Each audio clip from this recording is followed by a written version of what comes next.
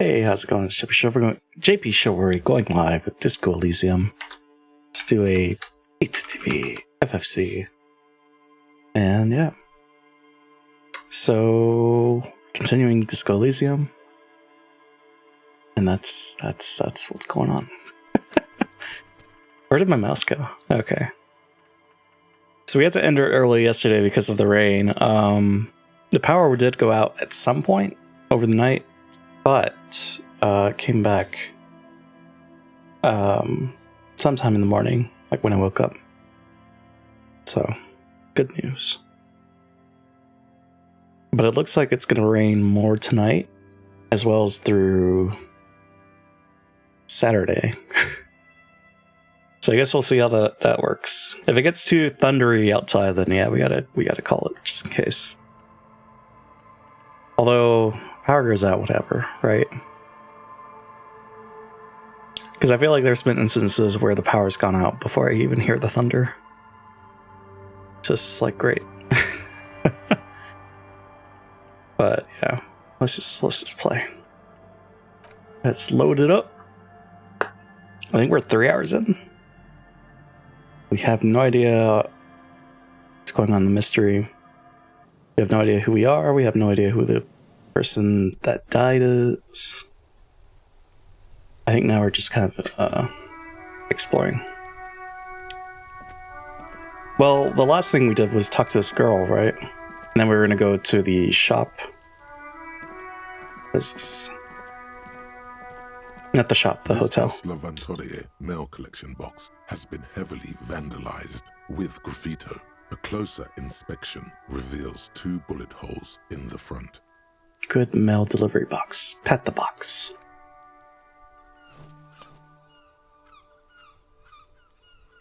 The box seems happy. Eat shit pig, fucked by the coon, and St. G with a crown have been scribbled on it. Jenny is a whore, and best set mailbox also.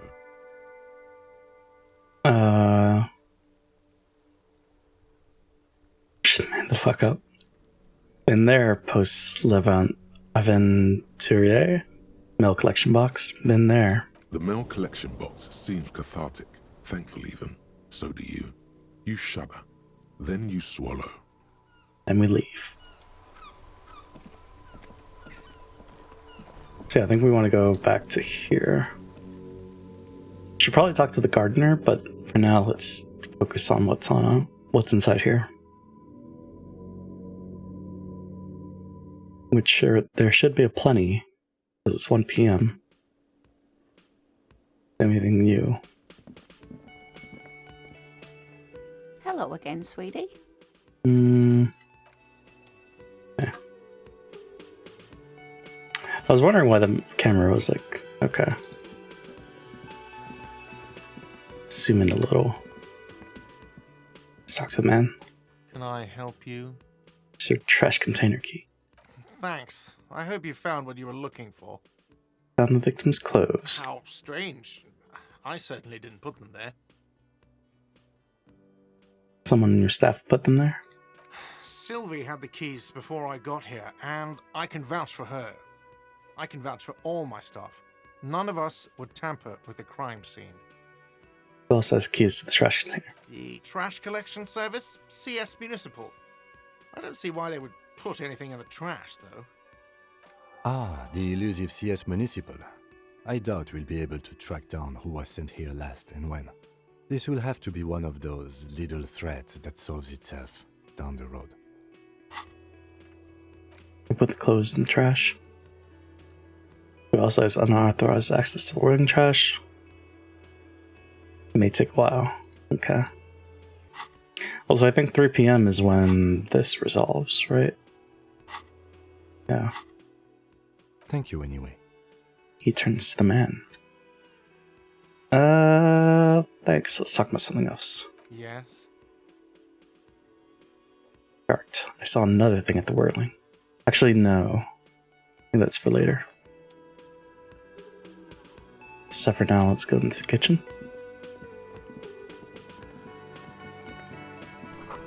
Dishes are drying. They smell of chemicals and pine trees.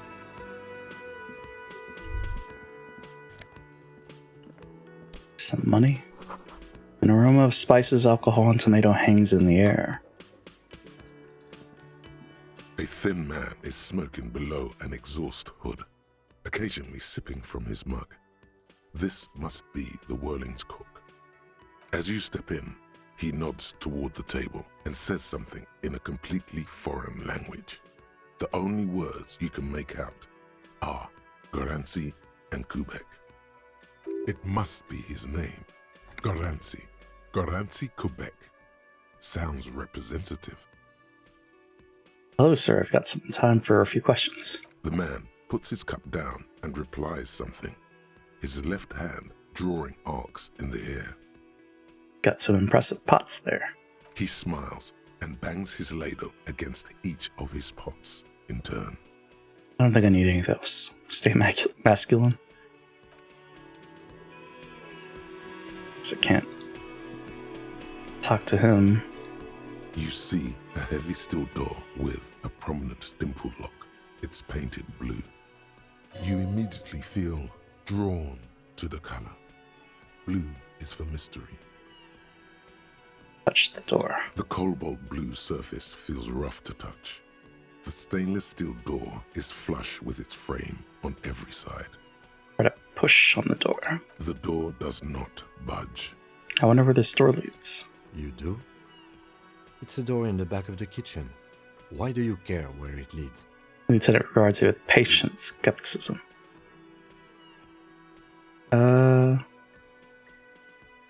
I'm drawn to its cobalt blue. It is quite pretty. I suppose we could look into it as a side investigation. Yes, a mini side investigation. Gart is the person to ask about this, the cafeteria manager. Okay.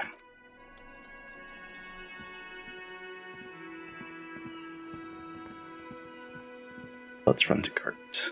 Can I help you? Gart, I saw another thing at the whirling. Another thing. Great.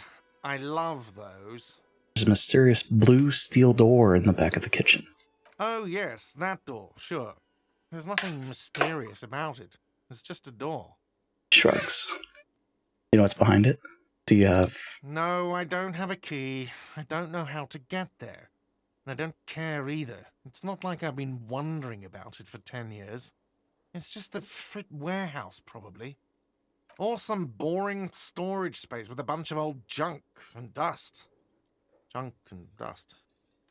Runs his finger across the counter to check for dirt. He's attempting to maintain an air of indifference. It's absolutely not convincing. I think you'd like to know what's back there. Fine, okay, a little. But my job doesn't leave me time for wondering about one locked door in one of the cafeterias I manage. He shrugs. So, I haven't opened it. I have cleaned the whole place 100 times over, though, after the animals. And I haven't found a key, so good luck with that. Someone asks. Yes? Goodbye. Well, we still need to find a sad song. I mean, if we're in here, might as well go upstairs.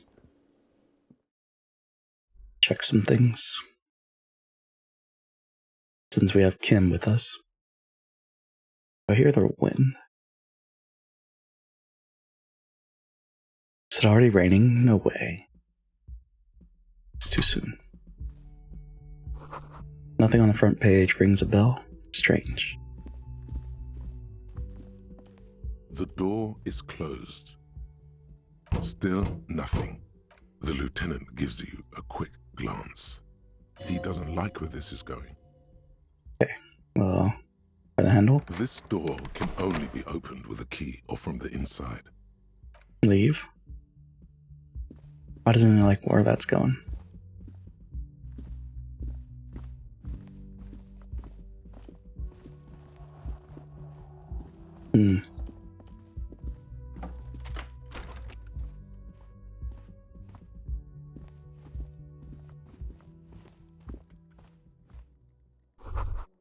Kim trying to look at your broken down bathroom door.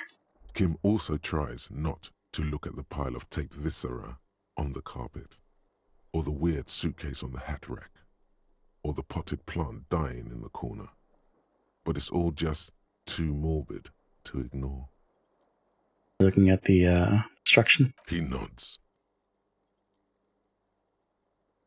This is where the magic happens. And by that you mean crimes against humanity? Bourgeoisie morality in here. Disco? I defied bourgeoisie morality in here. Defied it hard. I have no idea what that means. Looks towards the exit longingly. Hey, psst. Who, me? Yes, you. Word on the street is you're ready to start building communism again. Again? Yes, you're ready to start building communism again. You've built it before. They've built it before. Hasn't really worked out yet. But neither has love. Should we just stop building love, too? Love has worked out really well for me. I'm a love winner. Good. We need tender men like you building gargantuan communism. Word on the street is it's going to be 10,000 times larger than any communism previously attempted by human beings. Is that right? How come there's word on the street? You keep saying things like, down with the bourgeoisie, eat the rich, sodomize the landowners, impale all people who have more than 25 real in their pocket, literally murder all human beings regardless of their political beliefs. That kind of stuff. Said some mildly left-wing things, but none of those. Oh yes, the mask of ambivalence. Don't deny it. You're about to rip it off and reveal the monstrous seven-eyed lamb of global communism that would devour and masticate mankind. Everyone can see that. So tell me, do you have any questions before we fire up the big communism builder? Or do we get right down to it? Opt in, opt out. Oh, man. Wait, first, what's this communism even about? Failure. It's about failure. Don't do failure. Of course you do. You are failure. You are communism. Absolutely vanquished, beaten, curb-stomped, shat on. While everyone else is out partying, having a callous laugh, you will reverse the fortune of the workers of the world. You alone, against every living thing, against every human alive. 800 trillion real in the hands of an impossibly well-organized ruling class. Towering city blocks of bankmen who have the ears of prime ministers. Million-headed armies of nations and the love of your own mother. Me mama? You against the atom, the charm and the spin, where the whole world failed. Matter failed to bend to human will. Human will failed to get out of bed and tie its laces. You alone, single-handedly, will rebuild the dreams of the working class. You are the last communist. The last one? Can't be. Now get to work, comrade. Do I want to? Do I want to not?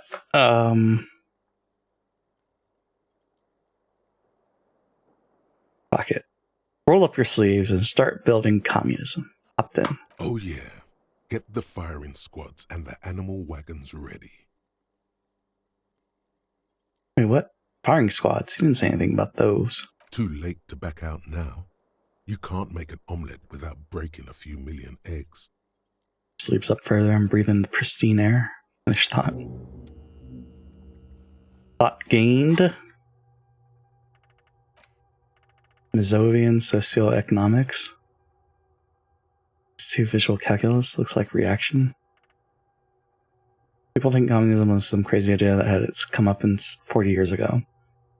A fever that shook the world, never to return again. They were right, until he woke up today.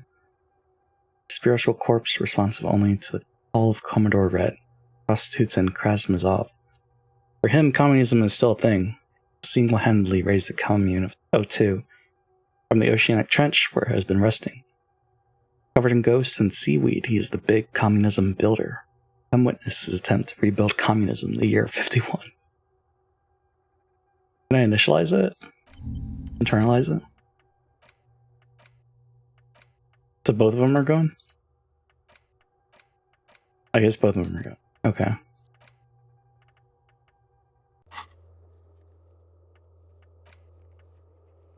Strange doors in the whirling. Find a way into the secret passage.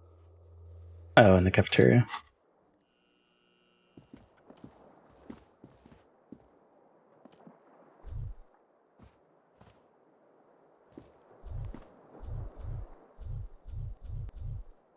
What is... I need to look at the keybinds.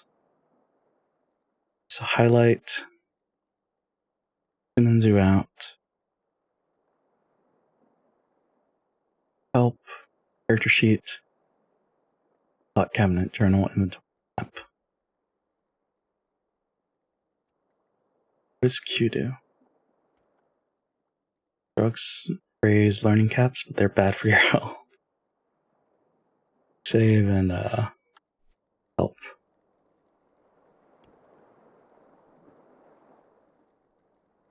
Well, I can't press F9 because that's gonna stop the stream. 3 select thought cabinet character sheet. Okay, I guess for now it's just The bed is cold and not particularly inviting, but it's yours. The sheets look awful. no time to rest yet. Leave. Let me look at the mirror now. A mirror hangs on the bathroom wall. In it, your face, adorned with the expression. And to stop the expression from happening. It's too late. Like an image on film. The expression belongs to your primary motor cortex. It would take a minor neurological miracle for you to cease producing it. Mirror B for now. Well, guess expression.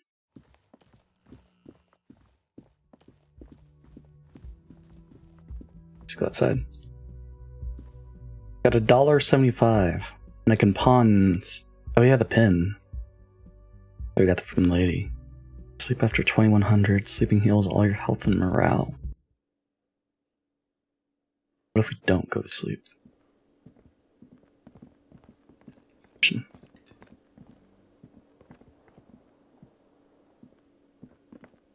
Forgot what time the guys come. The dock worker. It's 3 p.m. Or 4 p.m. 1600. Might be 4 p.m.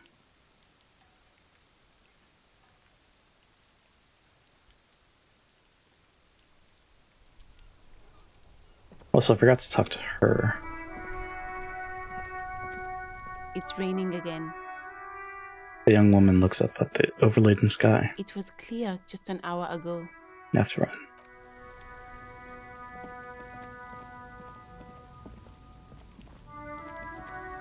So talk to this guy. Welcome to Revachol. Announces the rotund man. The remark isn't addressed to you, it's addressed to the lieutenant. Why are you addressing? Hey, I know, Revachol. That's where we are. Don't you welcome to Revachol me. My grandfather came here from a 3,000-year-old racist isolationist culture, while your ancestors came to this island a mere 300 years ago. The lieutenant fires back. Every school of thought and government has failed in the city, but I love it nonetheless. It belongs to me as much as it belongs to you. Empress space. The lieutenant's impassive mask has been replaced with intensity. He speaks not as a cop, but as a citizen. He is Vacholier, a Revacholian. You tell him. It's men like you who keep Revachol divided, making it that much harder for everyone to climb out of this post-war limbo. Pays you no attention.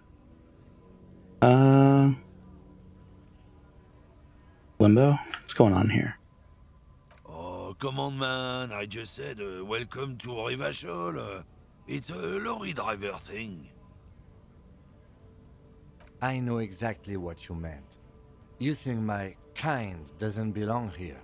that I should watch myself and behave. But you see, I'm an officer of the RCM. It's actually my job to make sure you behave. I would advise you to remember that. Silence. The air between them becomes tense. Your partner needs backup. Now's your moment to shine.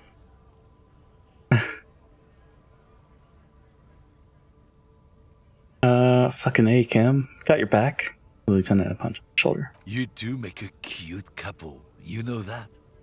Lorryman spits. The lieutenant exhales and resumes his regular calmness. You sense slight embarrassment for the outburst. Or is it pride? Impossible to tell. Now that that's settled, you have a couple of questions. Whatever you say, officers. Found this mug in the trash. Show it to the man. Yours? Oh man, that's great. Look at that guy go.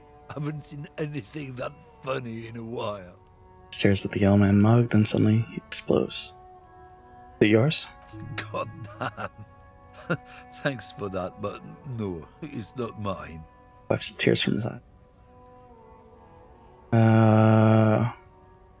Got a smoke? No. He's got a smoke right there in his fucking hand. Snatch that shit out of his fat fingers. You need it after listening to his garbage. I'm gonna need the one you're smoking. Can't have it. But I really need it. That's too bad. It's all done for. Takes out a cigarette and flicks this tiny stub toward the street. Fuck, I oughta. What, officer? Man looks at you coolly, noxious effluence wafting in the air around him. Shit. Sorry I couldn't be of any help. Gives you an ambivalently mocking half nod. What are you hauling? Oh, not much anymore. I'm here to pick up some cargo, but the dock workers are on strike, so it's a sit and wait on your ass situation. Wait, how long has this been going on then? The strike? Oh, they've been at it for a while. A month, 2 months maybe. But this here is just the last week or so. Gestures toward the lorries. What kind of cargo are you supposed to pick up?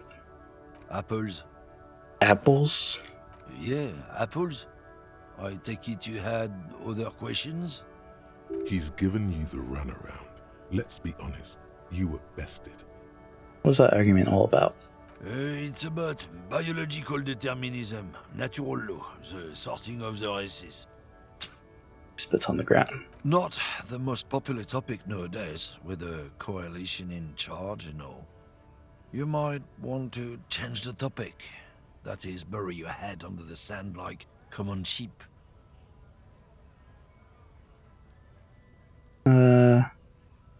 I get it. Someone has to be the unpopular guy. I'm not the only one. Look, I've read books. The science of racial theory has all been proved, even if some people don't want to accept it. He gestures with a cigarette for emphasis. People who've studied these things say that you and me are superior by design. So, naturally, we Occidentals should be in charge. Obviously, you can see the merits in that. Glances at the lieutenant. If this guy's all the Occidentals have, well, let's just say he's not exactly ripped. Jump ahead. Yes, I can really tell you're a prime example of superior design. Open your eyes. Haven't you noticed something different lately? An unfortunate downturn, maybe? Huh? When members of the superior race cease to believe in their innate superiority, they stop competing for resources.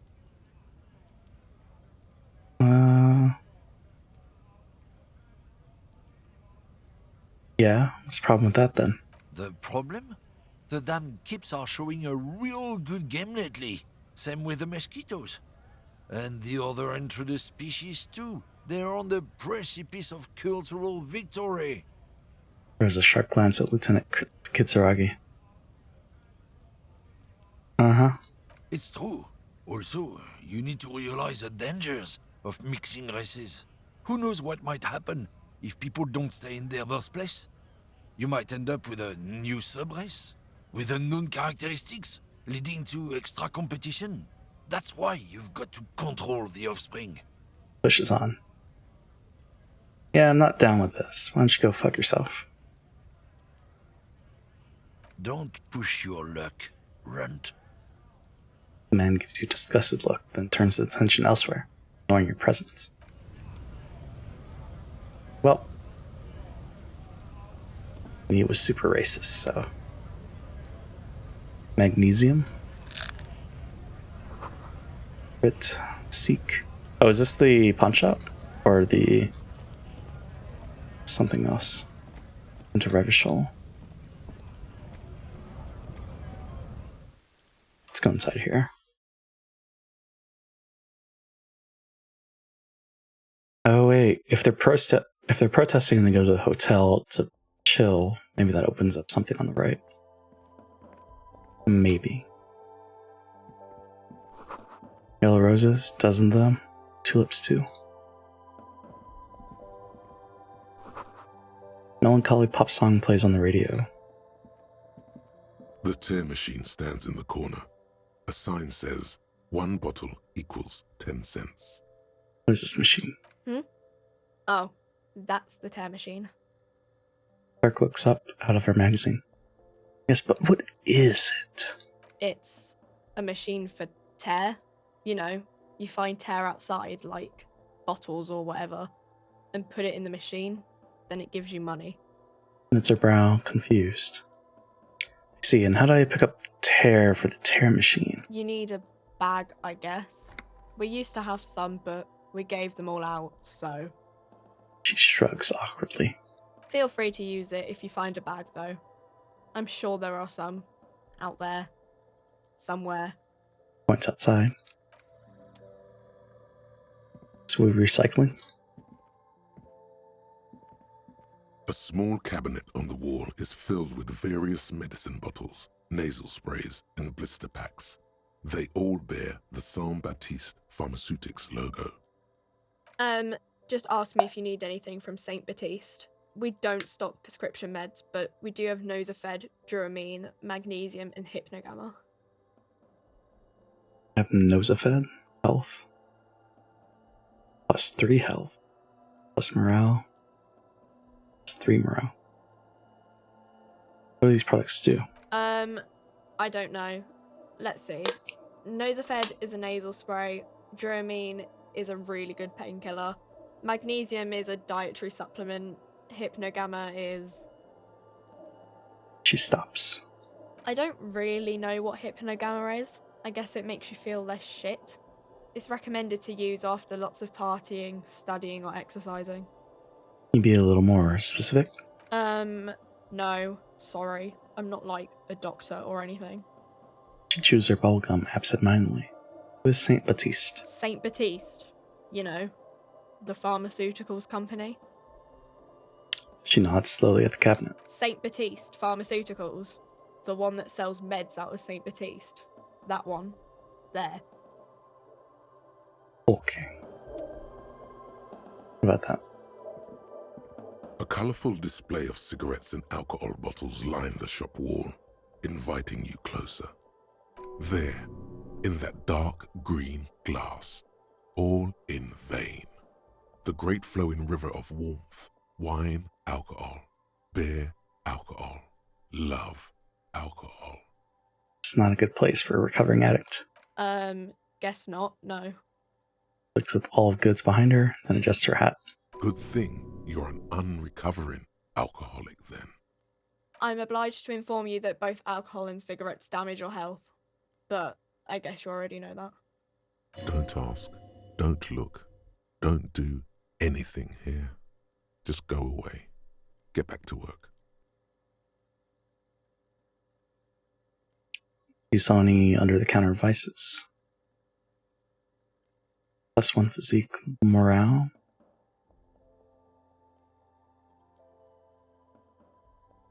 +1 intellect. I guess it's leave. You see several packaged raincoats fill a low shelf beneath a display of croissants and juice bottles. The raincoats are transparent, except for the big Fritta slogan on the back. What's that? It's the raincoat. What is what? It's a raincoat. Girl leans over the counter, see what you're referring to. If you want to buy one, then it's only 4 real. Steps on the glass counter, raincoats patiently awaits. Sure. Welcome to Frit. Feel free to look around or something. Everything is out on the shelves. She returns to her magazine. What's that magazine she's reading? What magazine are you reading? You mean this? Looks at the cover, boasting a colorful photo of 2 girls kissing. This is Pop Stars. It's got, like, famous people in it. It's not for sale. Looks like it also has something called Police de la Mode, featured on page 34. This speaks to you. What about all that? What is this fashion police feature? Point at the cover. It's where they rate different outfits famous people wear. It's kind of funny. They're kind of mean. It's about who's the most stylish.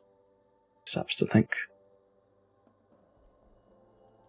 Is the numero uno guy in there right now? Does he look like this? Point at yourself. The lazy eyes scan up and down your body, assessing the situation. No, I don't think so.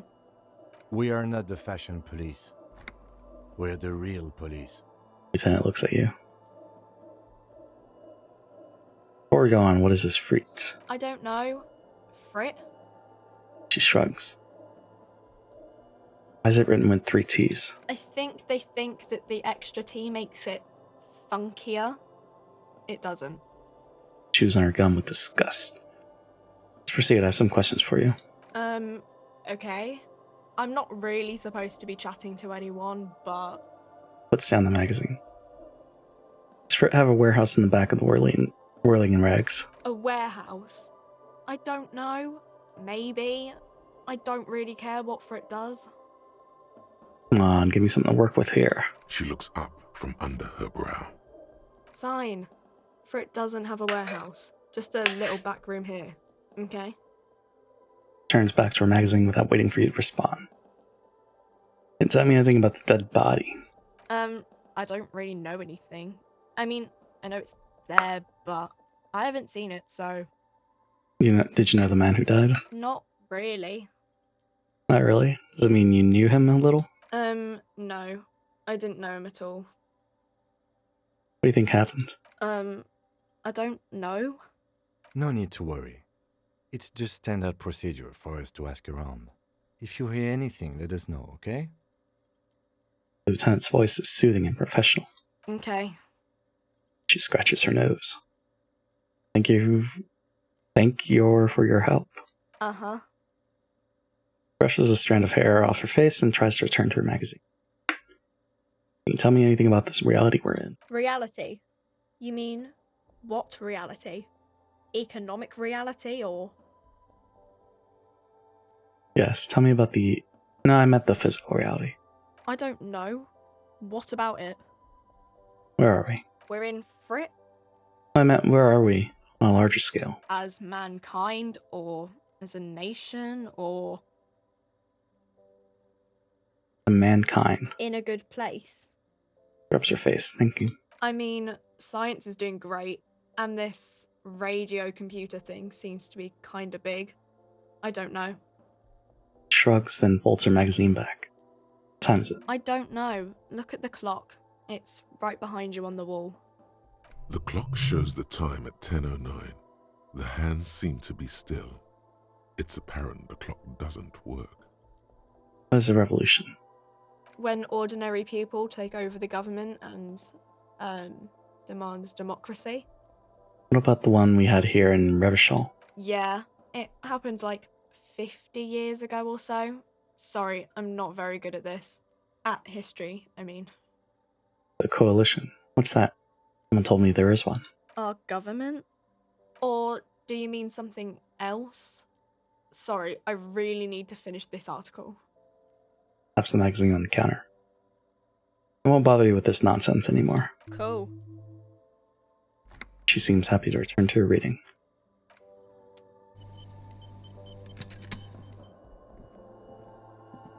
Are you done here? think so. Guess now we talk to the protesters. See what they're all about. Could go to the bookstore. Check that out.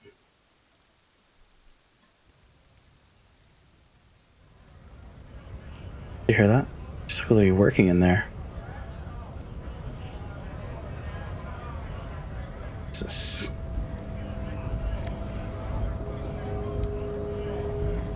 Oh, this guy.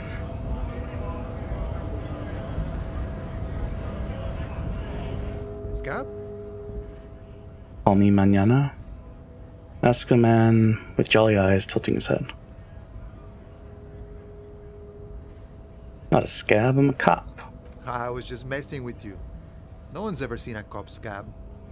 Smile deepens, his wrinkles even more. Imagine, you cops going on a strike, but then another cop comes in and says, let us cop for less money. Chuckles, then realizes. Speaking of, what brings the RCM here? To the wild north? Come to see the strife? Looking for assistance with a dead body situation. Actually, I'm a bit short on money right now. Can you give me some of it? Sure thing, my friend. I can help you out. Just going towards you. I'd catch it. The coin narrowly slips by your outstretched fingers and falls to the ground. Oh, I'm sorry. Didn't mean to throw it like that. It's a thing we harbor folk do, passing around cargo and such. Was not meant as provocation or ridicule. Rubs the back of his head. Lieutenant Kitsuragi picks up the coin and hands it to you. Appreciate it. Right, always glad to help out the RCM. We're on the same branch, you and I. Humans, I mean, not slithering scabs. Looking for assistance with the dead body situation. Body still hanging in the tree? Hey, that's a rough pickle. Can't help you with that, sorry. Rubs his chin as if pondering his core beliefs. I'm not really an admirer of dead bodies. Might be someone else from the Union can render assistance. He shrugs. What's the matter with this wimp? Is he obstructing justice? Does this mean you can let me through the gate? I don't operate in that capacity. I'm not a granter of passage. The passage grants itself. Takes a swig and points up at the stairs with his flask. Beneath the jolliness, he suddenly seems doubtful. That's simple. I just walk in. Aye. Walk right past Measurehead and go in. Past Measurehead? Yeah, the 2.5 meter tall Semini Supremacist there. Walk right past him, Points to the bridge above the gates. Right. then press the button to unlock the door, Aha. then go past him again, Okay. and you enter the arbor through the office. Está. For some reason it doesn't look like it's gonna be that easy. Don't worry, I'm sure it's not completely impossible. For example, you could best Measurehead in a physical confrontation, or you could convert to a Semini Supremacist worldview, or, maybe it actually is completely impossible. Strokes his mustache. Has any of the scabs tried converting to his worldview? Has anyone over here ever bested him in a physical confrontation? Not yet, no. He's incredibly strong. Fixes his eyes on you, valuing your prowess. Nothing a couple of solid hooks from Dexter and Sinister won't fix. Has any of the scabs tried converting to his worldview? Jean-Luc himself would say the philosophy has proven overly heroic for the scabs to convert to. Not enough intuition. Got it. Another thing. Sure. The man whistles a jaunty tune, the wind rustling his whiskers. Captain Martinet is investigating a murder. Murder, huh? That sounds like a lot of hard work. You'd never see me investigating a murder.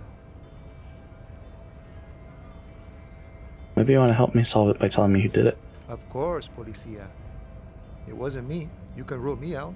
Easier that way. He gives you a sly smile. Should we? He's nice. I don't like nice. What's the strike about anyway? You know, serious business. I'm sure the big boss will be glad to tell you. You'll have to ask him first. He smiles. He's a chatty guy. Wants to talk about the strike. Return once you've met the union boss and are on a better footing with the organization. Nice talk. Gotta get moving.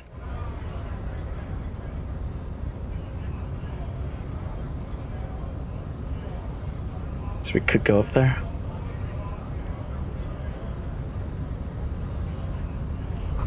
It says GRIH. Greater Revachol Industrial Harbor. Before we go talk to him, let's... The lorries probably stored fuel here. Now they store booze. Let's investigate all of this. A lorry stuck in the traffic jam. This big, heavy Grad-made machine is well kept for such an old machine. Look in the window. The windows are clear. They've been recently washed. You can see a lorryman's cabin with personal belongings, stickers, insignia. Kind of stickers and insignia. The driver has adorned his space with a substantial collection of peculiar paraphernalia. Proclamations about honor, strength, and purity are glued to various panels. What about the back seat? The back end of the cabin has a small perch to sleep, large ashtrays. There are several suns and wheels sewn into the curtains. Racist nationalist paraphernalia. Not unusual in this part of town. This is our guy. He grits his teeth. The lieutenant nods toward the racist lorry driver.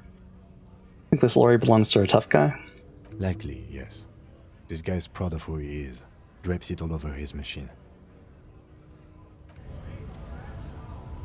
Wait. There's a thing there.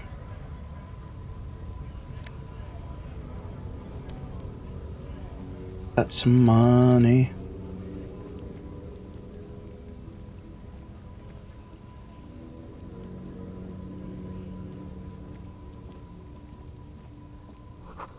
Foreign car kept in good condition. It's 10 here. More money. The small, wrinkled woman does not greet you. She nods along to something on her radio. A photograph is clutched in her hands, and there is a warm smile on her face. It's the warmth of a winter night's fire. Maybe she could give you comfort and shelter, some cigarettes and food money. Maybe she's your... Excuse me, ma'am. I'd like to ask some questions. No response. Wherever this woman is, your words fail to reach her. Grandma? Nothing. Her smile just keeps widening.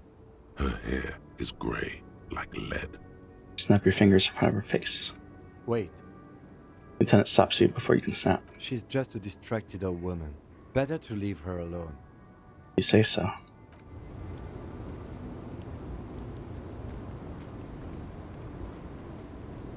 Oh.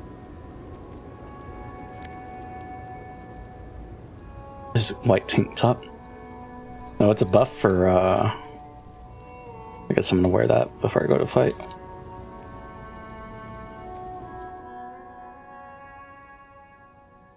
An old monument stands in the middle of the traffic island, pointing toward the sea, as if it's been reassembled piece by piece, secured and mounted in the air, with the aid of numerous ropes and rods. Who is this? Silver plaque on the statue's pedestal reads, I am Felipe III, the Squanderer, greatest of the Philippine kings of Revachol, son of Felipe II, the opulent, father of Felipe IV, the insane. Not a good track record of mental health in that family. What did this king do? What did he do? You have no idea what you did a week ago. How would you know what this guy did many centuries ago?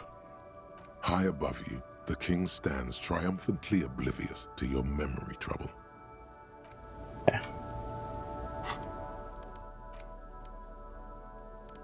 I'm not gonna put that on right now.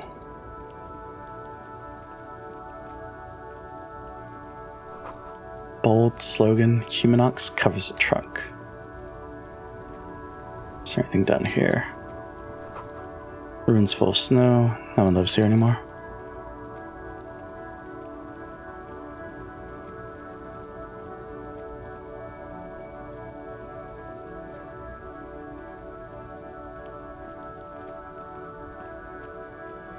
Who's this?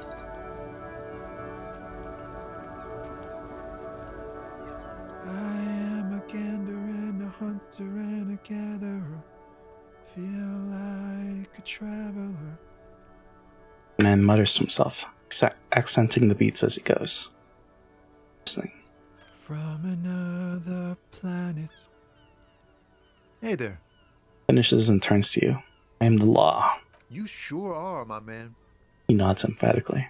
What's going on here? It's the jam, my man. Motions toward the sprawl of lorries with a sweeping gesture. What's the jam? It's a traffic jam for the ages. Harbor gates up the street are shut tight. No explanation given. Workers on strike, scabs agitating, an all-around clusterfuck. Meanwhile, we're all stuck here in long-haul limbo for days upon days upon days. Glances south down the road. Days. Down the road. Limbo, huh? So that's where I am. Yeah, exactly. How long have you been here? Feels like forever. Like I was born on this here roundabout and this was all I ever knew. Just me and the metal and the tires, the oil and the fumes and the zoot. I don't quite understand what you just said. Yeah, imagine. It's been a whole week already. Snickers. Behind the laugh, however, a touch of sorrow. So tell me, what do you need?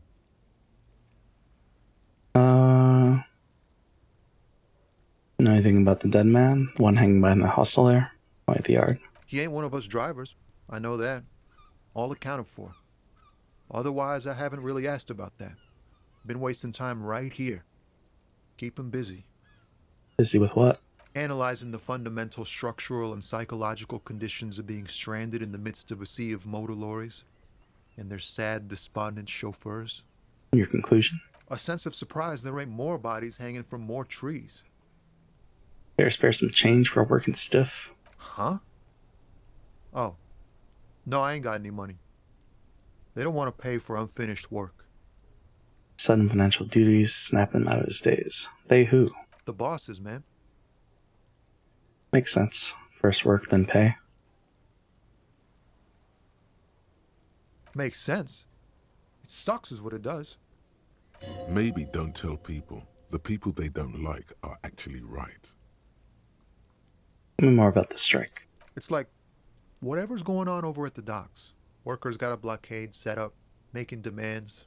No way in or out. What's the union demanding? Some pretty wild stuff, I hear. Like a giant new power crane in half the company? I forget what exactly. Good on them, I guess. I've heard talk there's a company rep in town, too. Like a strike negotiator type. They'd know what's up. Precise demands and so on. Ah, yes, from the Wild Pines. We'll meet her soon enough, I'm sure. Take some notes. What do you think the company wants? They want to keep that money flowing in, my man.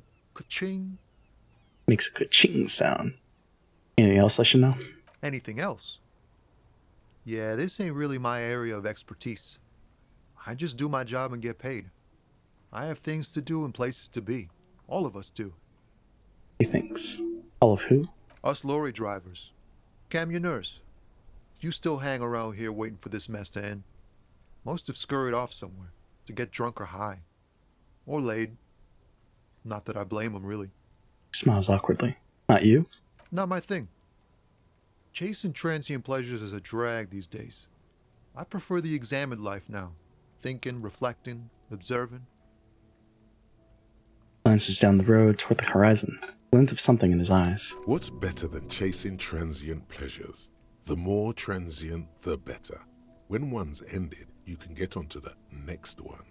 What are you hauling anyway? Oh, high-grade narcotics, illegal firearms, stuff like that. Time to arrest him. Under arrest. Ha! No, I'm joking, my man. Found runs a nice, clean business. This haul of cargo is mostly sporting goods. You know, tracksuits and that kind of thing. He grins. They usually get shipped to Grad and the Occident. Though we've been making headway in the Il Moran market lately. Could I get one of those found tracksuits you're hauling? We're pals and all, but I can't just freely hand out the merchandise. The bosses won't be happy. There's no denying it. Your body needs to feel the touch of some good performance wear. Alright, I had another question. We're pals and all, but I can't. There's no denying it. The man taps his fingers rhythmically against his arm. Go over now. Good talk. Leave. Don't be a stranger. Gives a salute with 2 fingers. Sit down there's the car. An ancient fountain doesn't pump water anymore. There's a tree in it. Who dis? Wait. Sewer gate? Gateway to the river of filth.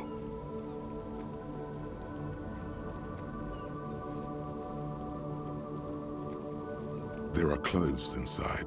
Cheap second-hand clothes, smelling of strangers' body odors. Don't be shy. These are premium class clothes. Good quality fabrics, best retro design. Save the economy with your style, officer. How about some premium class service over here? Like paying with net worth. Go over and ask him if you can do that. Suit box. You find your hands deep in tattered and faded garments made from weird polyester blends that make your body itch and sweat in all the wrong places. Economical, but also trendy. Look firsthand, buy secondhand. Keep the economy moving. And something worth salvaging from that pile of rags. Something cold grazes your hand. Synthetic and sleek. A windbreaker. Surf, it says, but also wind, summer, 100% waterproof, and sport. All in different typefaces. Good choice, officer. Mega sporty. And it's only $4.50 for you, sir. +1 composure, -1 shivers. Yeah, I'll buy it. Gotta prepare for springtime, right? Street vendor seems pleased.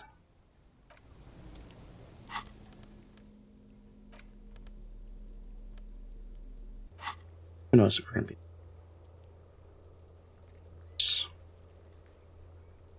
Game? Okay. Good. I don't want to check the journal yet. Oh, the map.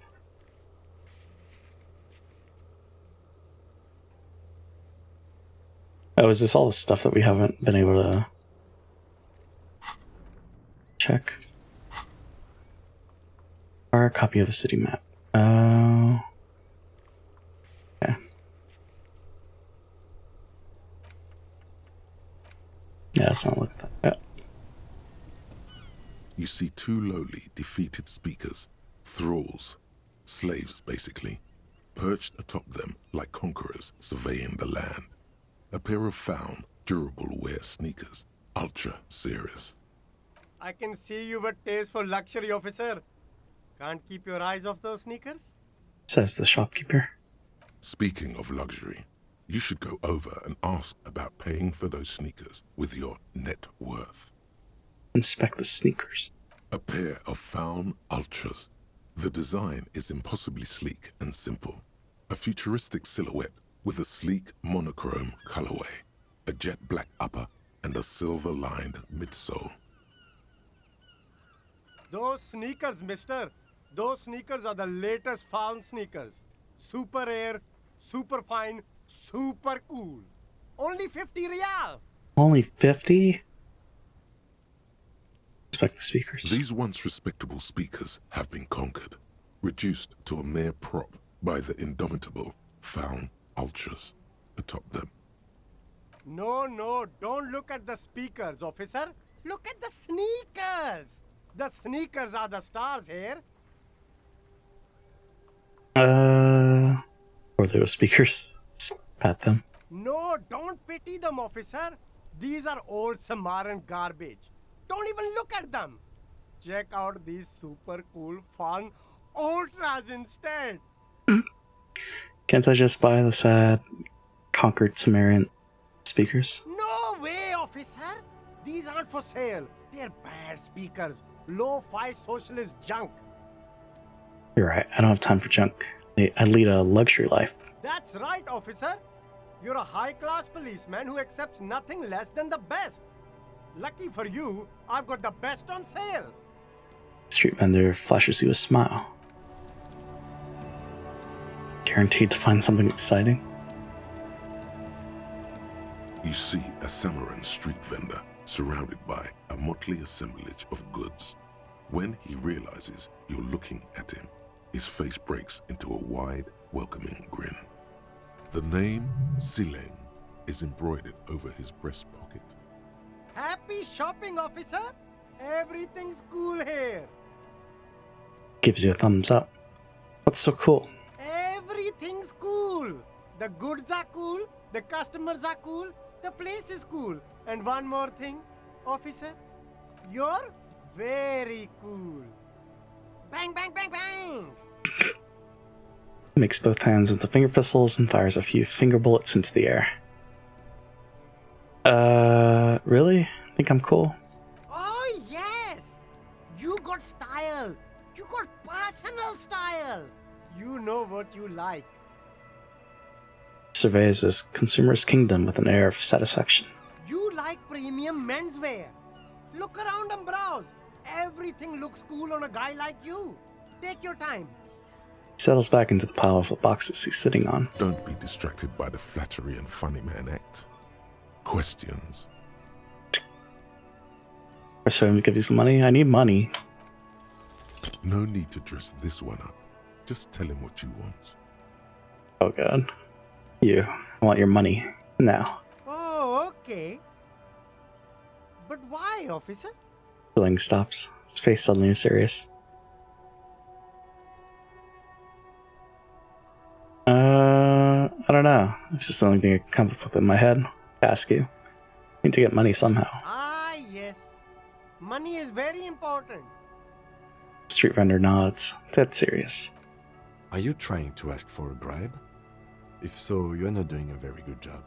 He looks at the vendor. Sorry, detective. The man grins as if the entire incident is already forgotten. Where are you from, Seling? Me? It's a boring story, officer. Who cares about the past? I'm all business now. All Revachol. But you're not a local, are you? Very sharp, officer. I'm Serais, from the Sigai province of the Serais Empire. The apricot suzerainty, you know? Yum. Pots are delicious. The apricot suzerainty is what the Sigai archipelago is commonly known as in Revachol. It's a bit of a fraught term, I'm sure you understand. He pauses. No, apricots come from Sigai. My grandma used to grow them. But Sigai is a shithole. That's why I came to Revachol. Here's much better for an independent entrepreneur. Less laws. Speaking of, why not support an independent local entrepreneur? I send half my profits back to my grandma in Sigai. Well, if it's for his grandma, you should buy a lot of things. What kind of stuff are you selling here? Only the coolest goods in Revachol. I've got sneakers, speakers, extremely comfy pants too. Try them on right here. No shame, only freedom. That's all then. Let me ask you something else. Anything for you. I'll look around, thanks. There's a pile of cheap sunglasses in a small box. A variety of shapes and colors. You like sunglasses, officer? I've got the latest styles right here. The vendor takes a pair of sunglasses and sticks them under her nose. Stylish shades, huh? They'd be even more stylish if you paid for them with net worth. Go over and ask him. Let's leave for now.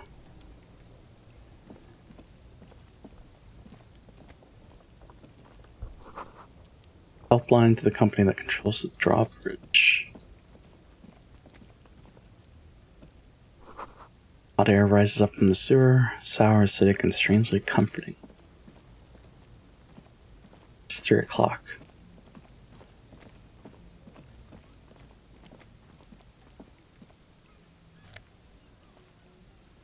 Some gloves.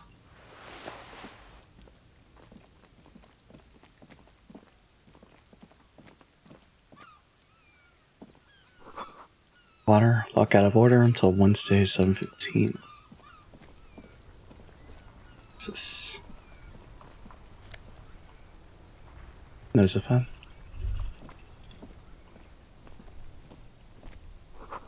Roy's Pawn Shop. Fast cash for faster times. So we go to the pawn shop.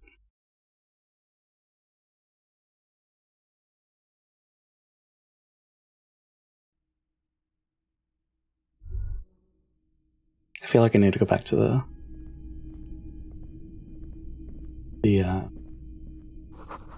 hotel. Some kind of machine. An antique cash register.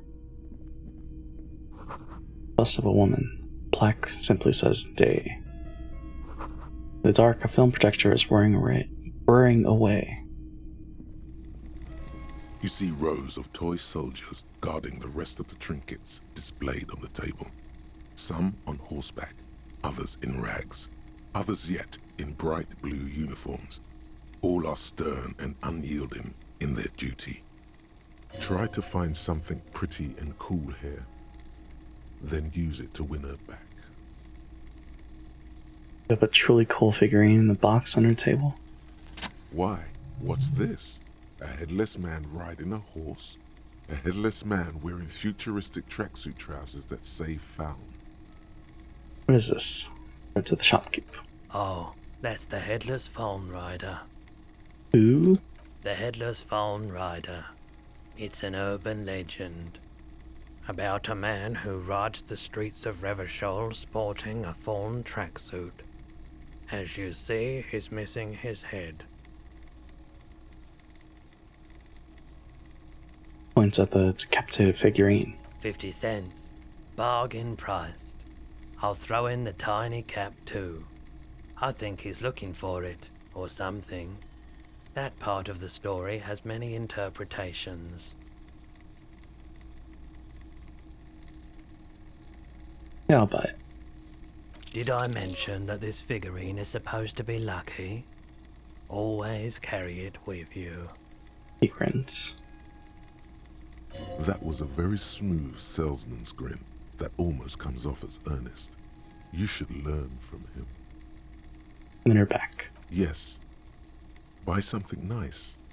A figurine. This sounds off. You shouldn't trust this guy. Step away from the table. What else we got?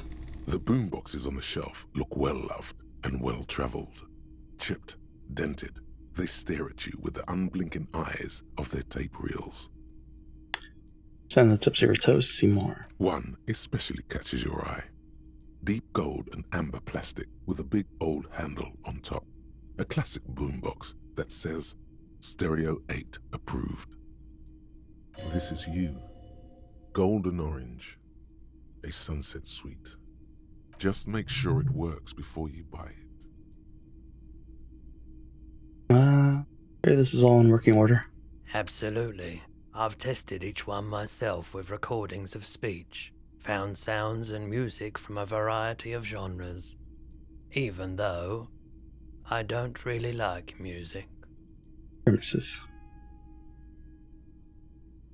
What I really want to know is, could this device come handy in my police work? If police work means playing tapes, sure. You can use it for that, or any other time you'd need to play a tape. Like a beach party, with sand and sun and seagulls dancing on the breeze. Turn to Kim. Theoretically, could I bring it to a beach party? Theoretically, yes. But we don't have time right now. It's generally murder investigation first, then beach party. You're right, Kitsaragi. Work first, party later. That is the unofficial RCM motto, yes. So. What is that? Typical Martinez streetlight sits among assorted floor and table lamps.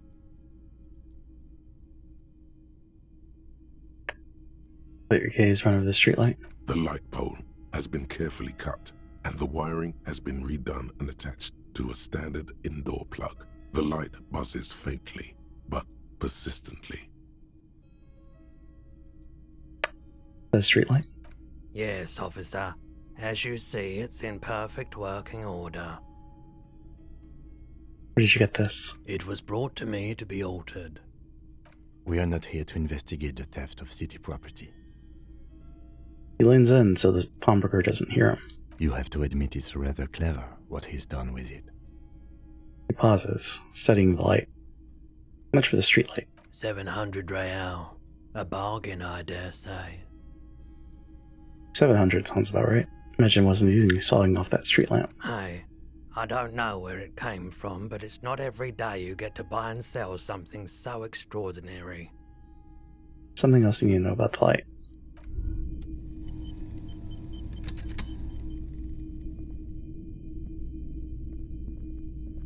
Gorankin.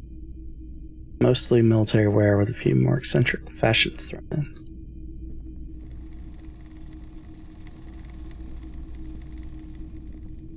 It's not often that I see officers from the RCM in my pawn shop. The man at the counter turns to you slowly. What can I do for you? Yes. His courtesy is not insincere, but he prefers being alone with his projector, just watching the movement of light across the walls of the shop. Now that the RCM is here, tell me, have you had any trouble lately? I haven't had any problems myself, though some of my customers have complained about inconsistent law enforcement. Who are your customers usually? All kinds of people come through here. Locals, travelers, people looking for a deal, people looking for a keepsake, people who are terminally bored. Let me check who I am now.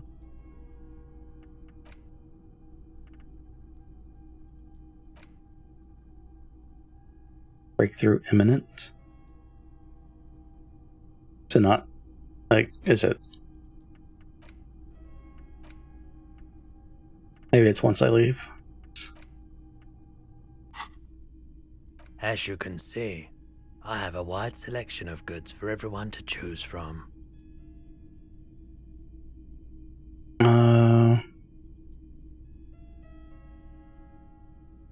Typical vacuous consumer's objects. Quite the collection indeed.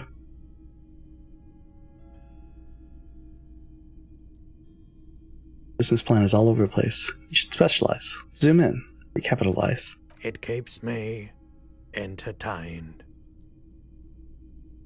He responds, unimpressed with your business school snobbery. Entertained? He might be high. If he is, on what? Do I care about that, though?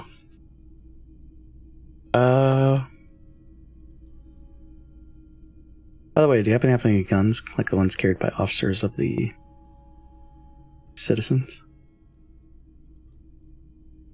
Someone Militia. else came here earlier today asking the same question. I promptly sold her the gun you pawned a couple days back. Oh, yeah? The lieutenant shifts from one foot to another, alert. Someone else came here out. Wait, I sold you my gun? You, With Kim here too? That just sounded really, really bad. You were adamant about getting rid of it, officer. Said you were undeserving of a service weapon of the Revachol Citizens Militia. He hesitates. And I don't like keeping guns around the shop for long.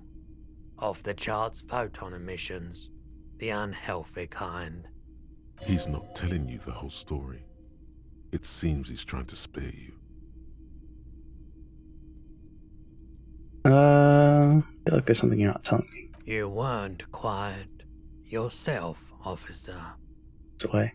What was I like? You were very distraught. You said the gun was a threat to your life and that you can't trust yourself with it tonight, and that you need the money. When I said that I don't normally buy firearms, you put the gun barrel in your mouth and sort of sucked on it. Then I agreed to take it. So sorry you had to see me in that state. You don't have to talk about it any further. No apologies necessary, officer. Why are policemen too?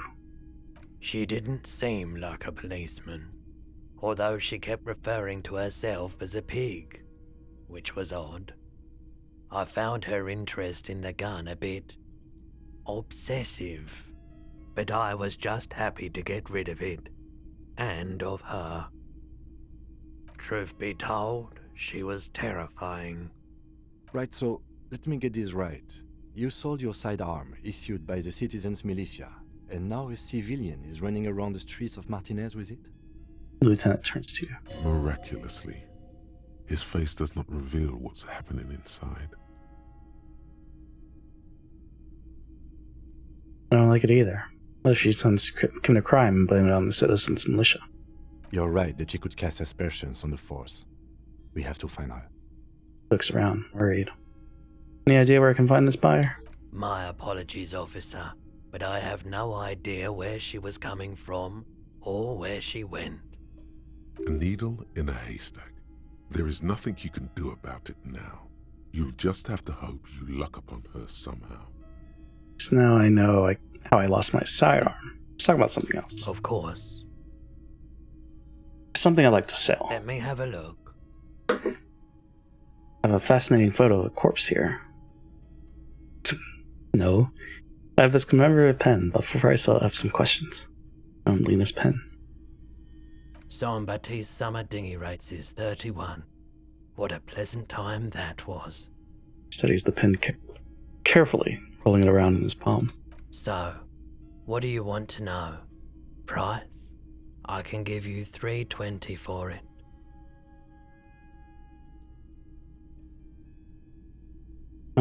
Okay.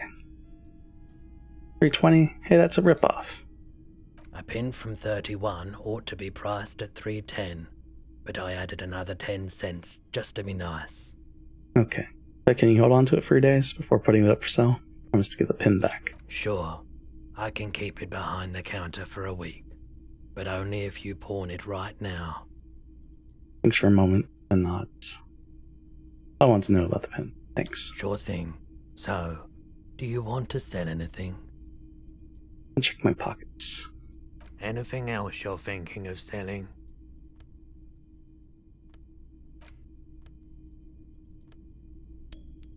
Upon that.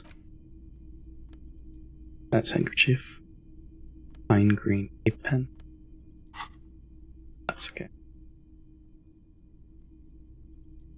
Like summer clothes. I'm not purchasing any more clothing at the moment. Looks you up and down quickly. I have a fascinating photo of a corpse here. On the photo. Oh, no. I don't like those kinds of objects. No sale. Barely even looks at it. You know what the tattoos mean? Aphotic paths, counter-radiance networks, anti-magnetism. It's darkness. That's all I know. Sell me something lighter. He frowns. I don't think anything to sell at the moment. Another time, perhaps. Might be able to aid our investigation. I doubt it, but I can try and answer any questions you may have. Anything about the recent hanging? I do my best to keep my distance from all manner of butchery. Bad for business. Bad for everyone. Think you could help me get a corpse out of a tree? The corpse behind the hostel, I assume. I don't have a truck with a mounted platform or anything of that sort myself. Looks into the swirling lights, then to you. Ask around the harbour. There might be some workers there who'd be willing to help. Actually, that's all I've The got. pawnbroker's gaze is already fixed on the dancing colors. Guess that's it. I have other business to take care of now. Lonesome, long way home. Here we go. Home awaits. Walk past Station 41 and through the market, past the Boogie Street spearhead to the other side of the lake, the frozen eye at the center of the district. Then past the video rental store on the corner. There, at the end of a street lined with pine trees, A small house, no larger than a matchbox. 11 Voyager Road. You no longer live there. Those times are gone. And so are those people. Why did you come here? Why are you still here? And where's the dealer? You have to get back to work. That's all you have now. Learning cap perception raised to 5. Speed gives 1 psi. Okay. Track down your gun.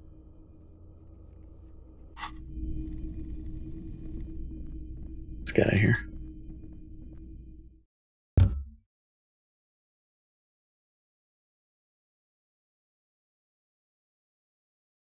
Behind his back. Sneak out after he's gone to sleep.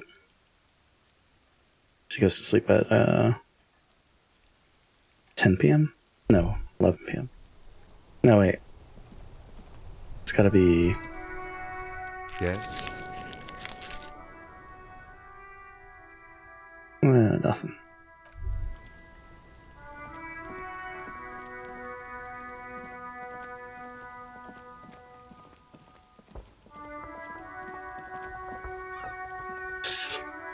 A couple of indicator lights are missing from this control panel. Loose wires dangle from the now vacant holes. In the middle is a lever. Beneath it, a small metal plaque. Pull the lever up. You pull the lever all the way up until the metal clicks against the contact pins. You hear a soft clunk. Then, nothing happens. Release the lever. A spring brings the lever back to its original position. You still need to close the waterlock to get across the canal. Some other way. Wasn't there a sign over there saying functionality will be restored on Wednesday morning? G'day to you, officers. A burly man hangs out by the waterlock, carving up a generous serving of salami with an old hunter's knife. His eyes are fixed on a man stranded on the other side of the waterlock and on an enormous billboard that has fallen down into the canal between them. His posture is relaxed. Despite his powerful build and a knife in his hand, this man resorts to physical intimidation only infrequently, if at all. You know what causes wreckage? Like the smashed billboard in the canal. I wasn't here to witness it, but those look like tire tracks on that sign. Weird, huh? Then again, plenty of daredevil drivers in Revachol.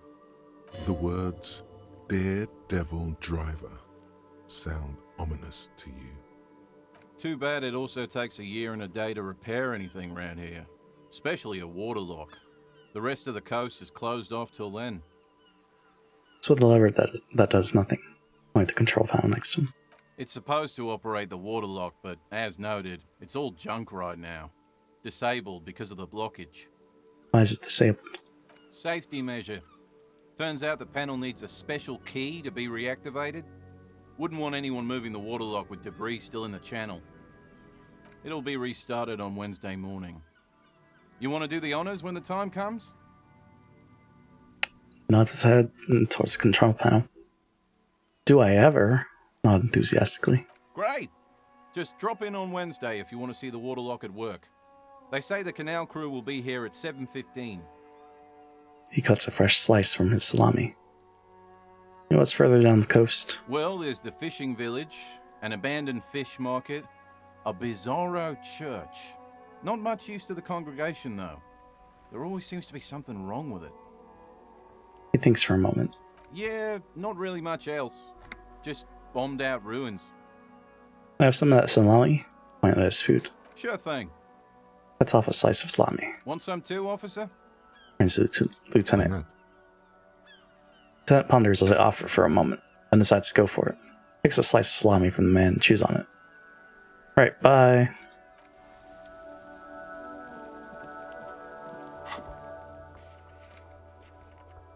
To get to the coast, you need to use the panel to close the water lock. It's been blocked. Getting repairs. Should be done by Wednesday morning. So open up a new area in Martinez. Oh, so it's Monday. So day 3. Yeah.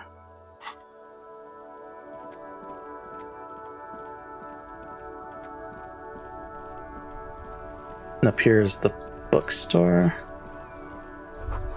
Some great tectonic forces cracked the pavement like an eggshell. Maybe a sea monster did this to the plaza. The worn and beaten wooden planks of the bench do not look overly comforting. We can sit on benches after we've solved the murder. Let's go. Lieutenant looks down the street.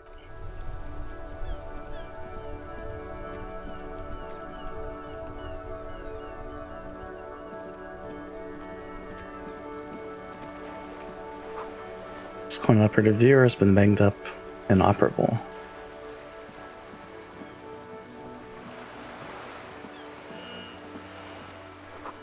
Roundabout north to Cape Side Apartments, Martinez Pier.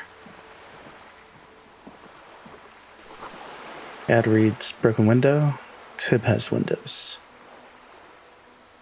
This coin-operated viewer is facing southwest. Its coin slot is full of fossilized bubblegum, rendering the machine permanently inaccessible. Poor little viewer. The metal feels cold and wet under your palm. It looks unhygienic. Side. A thick layer of graffito covers the lenses. You spell out the word Onuk written on the other side, with N and C scribbled backwards. Shift your focus to the background. Under the graffito, a sea of blues and greys appear. Behind the water lies a coast studded with concrete and reeds. On it, a church on stilts. Lanky, weather-worn wooden planks, an X-shaped cross topping its tower. The church looks old and weather-worn. There are no lights in the windows. Lee. What about up here? You had a bag in your hand. Perhaps you could collect these bottles and sell them. Where I got the bag? This coin-operated viewer is facing south. The instruction manual says to insert 25 centimes and pull the handle while looking inside. Then use the focus knob to zoom in if necessary. Your money disappears into the coin slot. A clunk, the ring of metal. Pull the handle and look inside. The curtains on the display open. You lean in to catch the view. It's blurry, different blues and greens.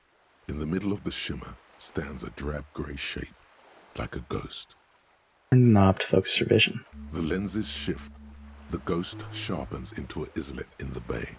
In the ruins, a man-made structure is visible. A half-sunken sea fort. Its concrete almost reconquered by nature. Physical instrument. Let's go.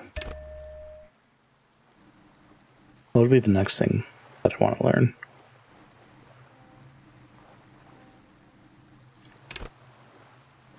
Understand cop culture.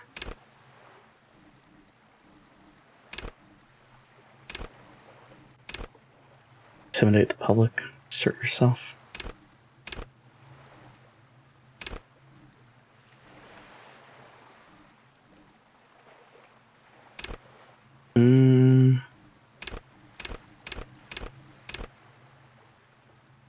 Bonus from items. I guess that's the next thing. Probably.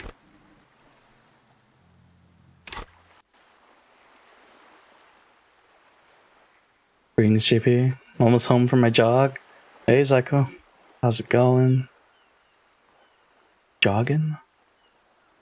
Is it good weather up there? It looks as if it was abandoned quite some time ago. Nothing but a rotten tooth remains of the anti-aircraft tower. A lonely birch tree grows out of it. Its leaves ripped from it by the winter wind. Hang in there, little one. Super nice outside. That's good. The little brave birch tree seems to wave back in the wind. It's good jogging weather. There are ruins of some kind of building there. Really? I don't have the eyesight to make it out. The lieutenant takes off his glasses and cleans them. So what's up here?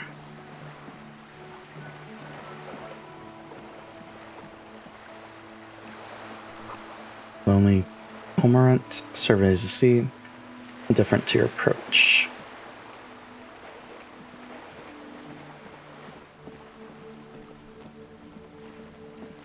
Maybe I don't want to investigate this yet. It's too far. We'll come back to this.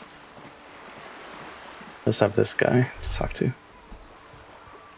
You hear the distant squall of seabirds. Oh, is that the bag? Oh. Cool. Nothing I can't do. I'm the job for every man.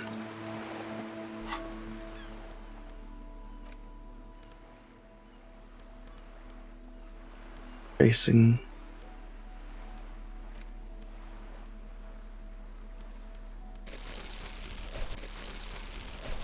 I'll put that there.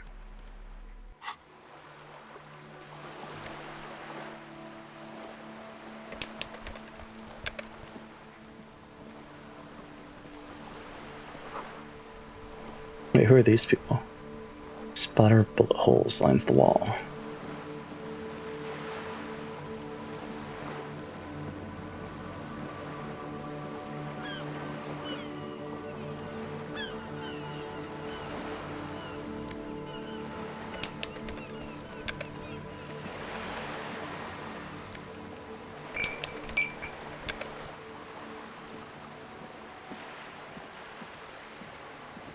Recycling.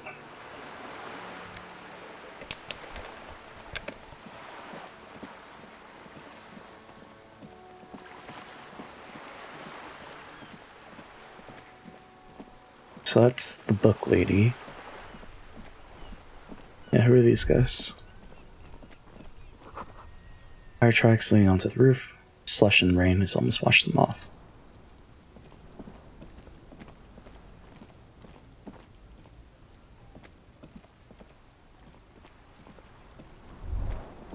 Hold on. Spirited chirps and clicks of swallows fill the air. Anyway, so yesterday we established that my TTS is dog shit. It's acting wild for sure. Life doesn't need to be a struggle. Covers his mouth to hide a burp. I'll be with you in a moment, officer. Let me just finish my sandwich. Talk to Angry Hard René first. He nods to his partner.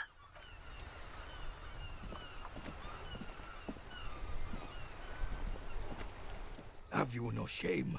Whining about your back every time you bring out the measuring tape. The man says to his partner. René, you're a man with a fork in a world of soup. Please, let's just try to enjoy the game, alright? This one's still chewing on a sandwich. I'm trying to, but you keep breaking my concentration. You're old. I can see that. We're both old. Now stop grabbing your ass like it's a girl. These manly men are playing balls. This is a ball game. Grab a ball and play it. Don't ask questions. Shoot first. Ask questions never. Alright, I got this. Ball time. That's the spirit. Don't even waste your breath asking about the game. They wouldn't know anyway. They're way past their prime. Let's go for it. I won.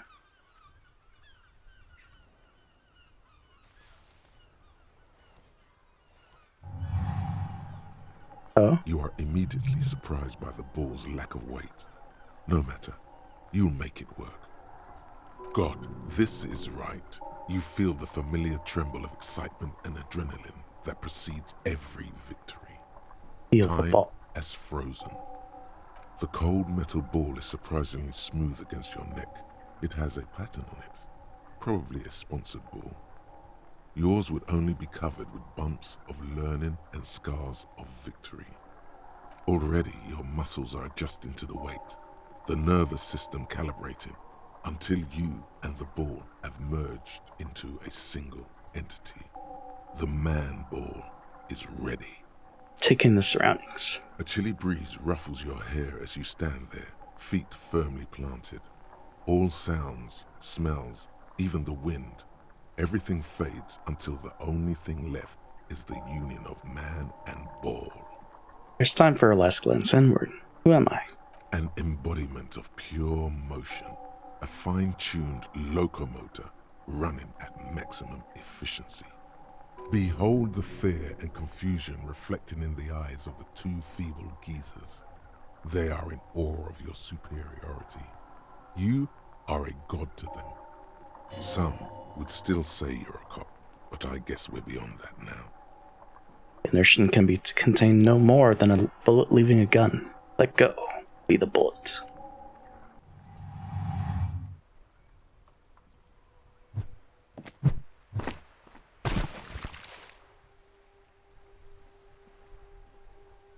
Merde! Bordel de merde! The old soldier yells in outrage. What the hell is your problem? Not a weak right triceps, that's for sure. I don't care if you are a cop. You do not just ruin someone's game. It's so goddamn disrespectful. Wait, what? You vandalized our game, son. We can't play pétanque with 5 bull. Sorry, an honest mistake. Are we good? No, we are not good, goddammit. We want our bull back. The vein on his forehead is bulging alarmingly. Take it easy, René. This is just a misunderstanding, isn't it, officer? No harm done. The Jolly One tries to defuse the situation. Of course there's harm done, you orange slug. You owe us a goddamn bull. You are an officer of the law, with way more important things to worry about than bowls. Don't take this crap. Okay, I'll try to fix this. Good. Mistakes are forgiven when men at least try to right their wrongs. I believe you will try. Now, why did you approach us? Just talk. It'll smooth things over. Old people like attention. You know anything about the hangman in the backyard of Whirling Rags? Unfortunately, I don't. Unlike most of the locals, I have no qualms about assisting law enforcement. But this affair has passed me by completely. He shrugs. Most of the locals? In Martinez, the union is the law. So can you really blame them? But you don't have a problem with the cops. Cop is a pejorative term. I don't have a problem with policemen. On the contrary, I admire the effort to bring order to our streets. So again, you don't know anything? If I knew, I would not be afraid to tell you. I simply don't. I'm an old man, not a coward. The daily business of the riffraff no longer concerns me. This is a man with a lot of past, but little present, and almost no future. I saw the statue of Felipe III near the roundabout. Ah, yes. King Philip III, on his steed. A reminder of what Revachol once was. Oh, absolutely. At the mercy of a cocaine-snorting tyrant who emptied the treasury so he could sleep on a bed of gold. He smiles as if reliving a pleasant memory. Cocaine? Cocainum? Sounds like our kind of king. And just imagine what kind of cocaine a king would have had. A superpower, feared and respected. A testament to what this country can be under the leadership of a true king. Someone who knows how to rule. How should a true king rule? Decisively, without fear of offending the sensibilities of the frail and weak-minded among his subjects. This is something the insurgents never understood. Seems to me a leader should take care of his people before himself. A nation is only as strong as its leader. That's why it was such madness to try to... Don't get started on that again. What happened, happened. There's some weariness in his voice now. He's heard this rant many times before now. The Carabiner doesn't reply, but his entire being communicates unbreakable resolve. No one and nothing can change this man's mind. He is as rigid as they come, still in that antique uniform. It's a symbol for him. Let's talk about something else. Right. Thank you for your time.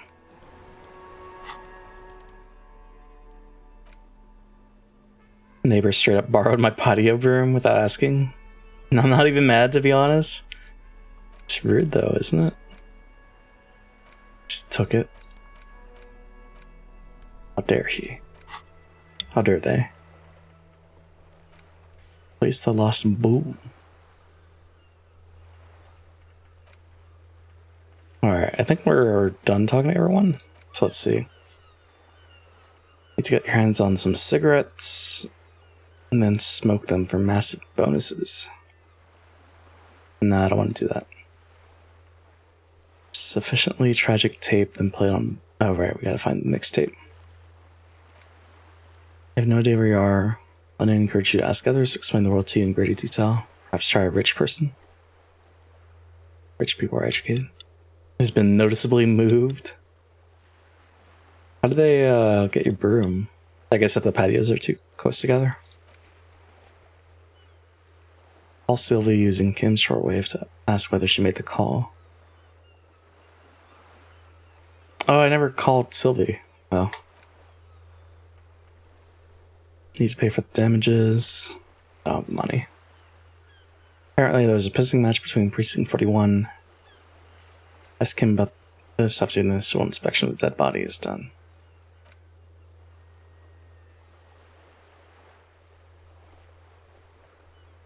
Track down your badge. Down the gun.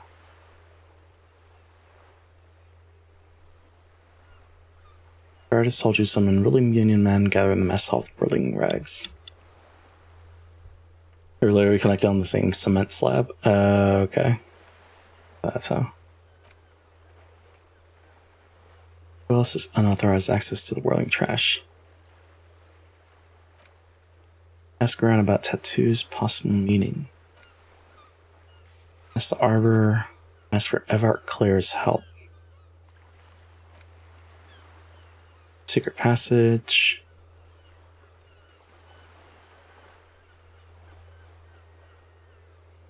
And then we'll use that panel to open that. I threw one of the balls into the thing. So now you got him a new ball. A lot to do. Enormous bulls worthy of a real man.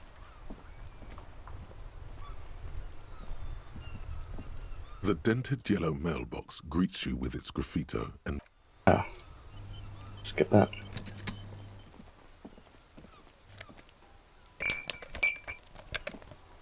All that.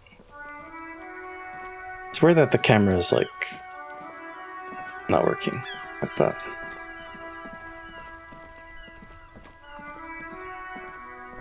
See if the dock workers are inside. If they're not, then we go outside and we go fight.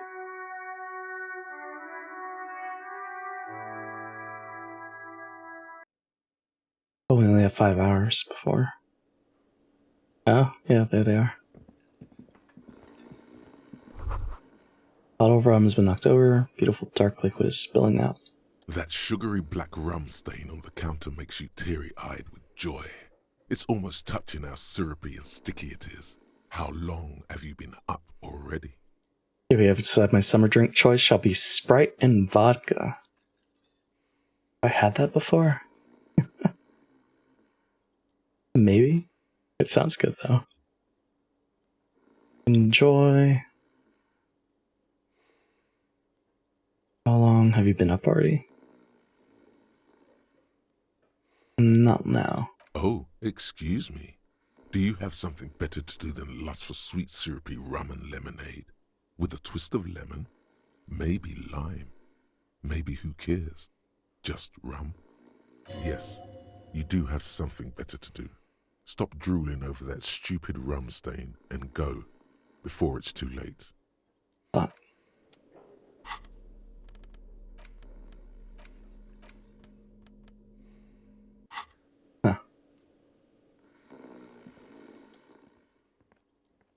the man is sleeping at the table, wearing mud-caked boots and rolled-down overalls. The back of his shirt reads Wild Pines, encircled by a logo with a tree. He looks one with the table. It would take quite some effort to wake him up.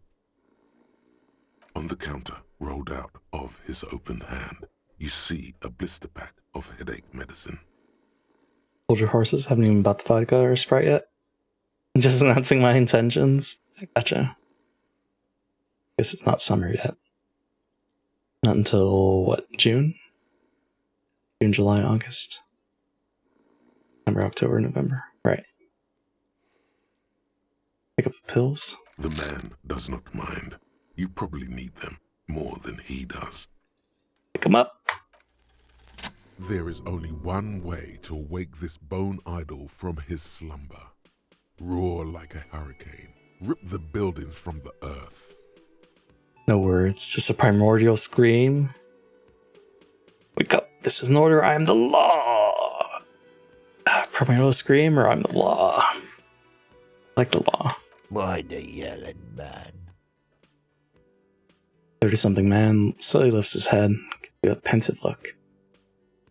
Just wanted to see what would happen if I yelled. I need you to answer some questions right now. Really? You woke me up for that? Fine. What is it, officer? Worker gives you a vacant stare, then groans. It's by tomorrow since it's Friday. Officer, even after a rude awakening, this dock worker respects the police more than they usually do, at least. I'll be good. Sprite and vodka. See anything interesting in your dreams?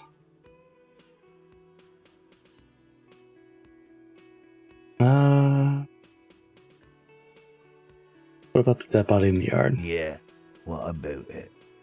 You seem cool with it. Have many of those hangings from the tree here? 80 on Saturday? Not usually that hot. Just trying to find out what you know about it. You know, people die here every day. Someone's found in a ditch, another one falls in a manhole, a third one gets eaten by stray dogs. Respects. If someone has decided to die on top of a tree, then how is it my concern? Someone has to look into it. Looks like I'm that someone. Tell me what you know. I can tell you this. Trouble's ahead. You have a pretty solid feeling that the man's not just mouthing off.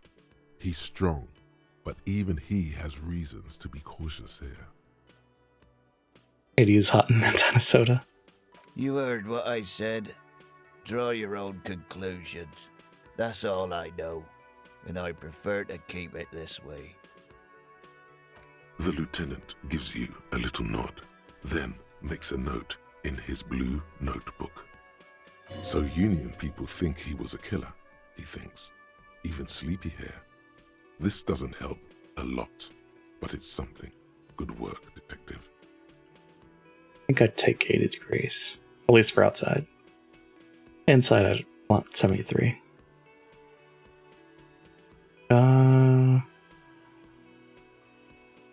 See anything interesting in your dreams? Maybe about wild pines?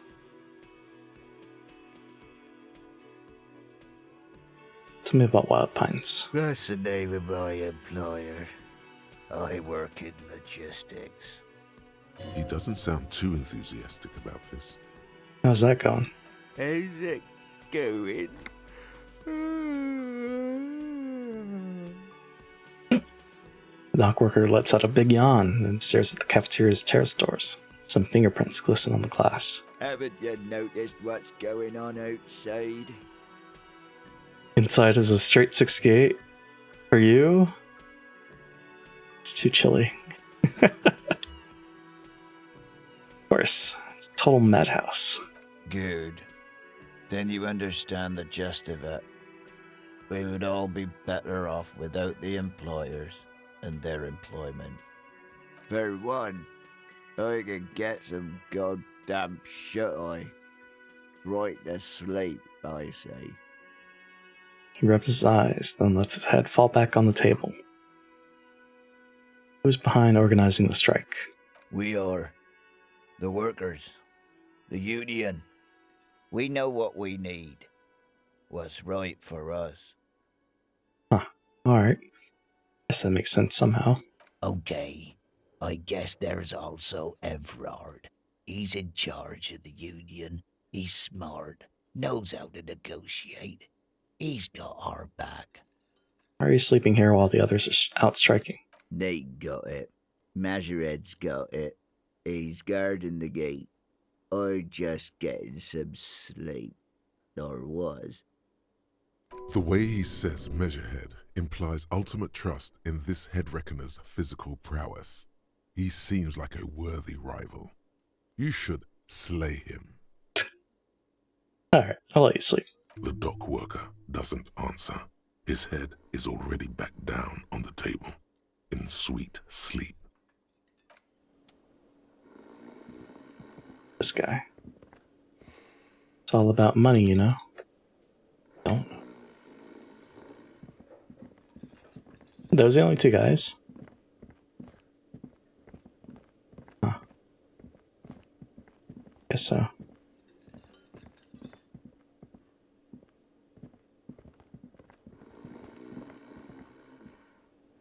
Gotta spend money to make money. I guess we go to the shop to deposit the bottles and get money. And then talk to Measurehead. Then go fight the guy at the top. I forgot what his name was.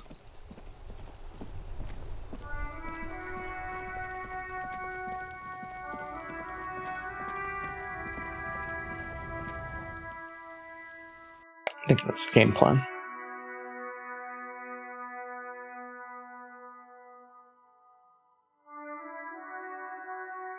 Can't put more points in skill. Yeah, we're not taking drugs. It's not happening. The tear machine stands in the corner. Your bottles clunk into the machine, and the money appears with a satisfying jingle. You're a richer man now. Rich!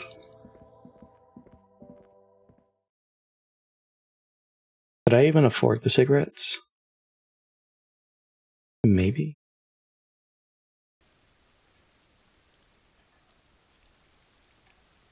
So we got to see if there was any hidden bottles somewhere. Also, this guy's kind of tough, right? It's probably equip that.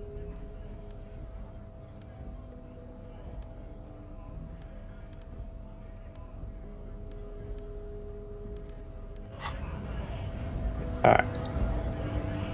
Bastards!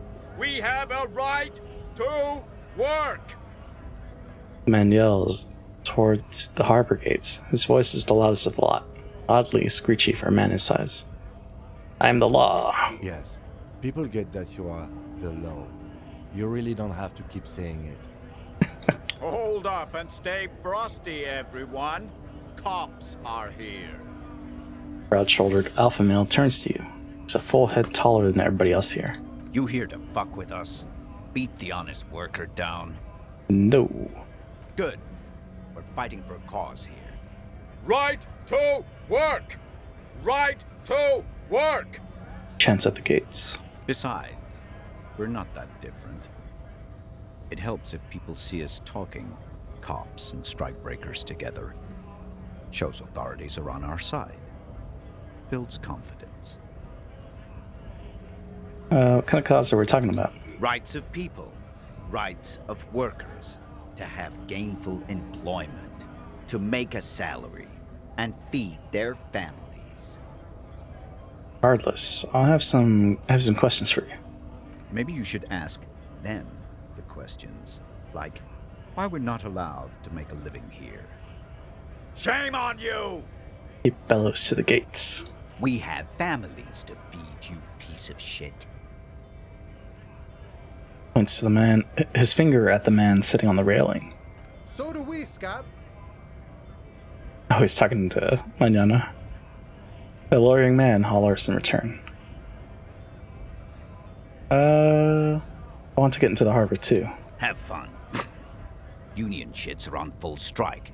Don't think they're going to let you through the gates. You trying to meet their fat boss? Interviewing people about a murder that took place here, and the hostile cafeteria there. I know nothing about a murder. His reply is snappy and terse. The mention of a killing sends a barely noticeable shiver of tenseness through him. Interesting. Absolutely nothing? Wouldn't put it past these harbor bugs. They'd do anything to stay alive. Right to work! It's shameful. Cops doing nothing. You should bring backup, open up the gates for us. Blockading gainful employment for workers is a crime. He again shakes his large fist, then turns back to you. This really isn't my area of expertise.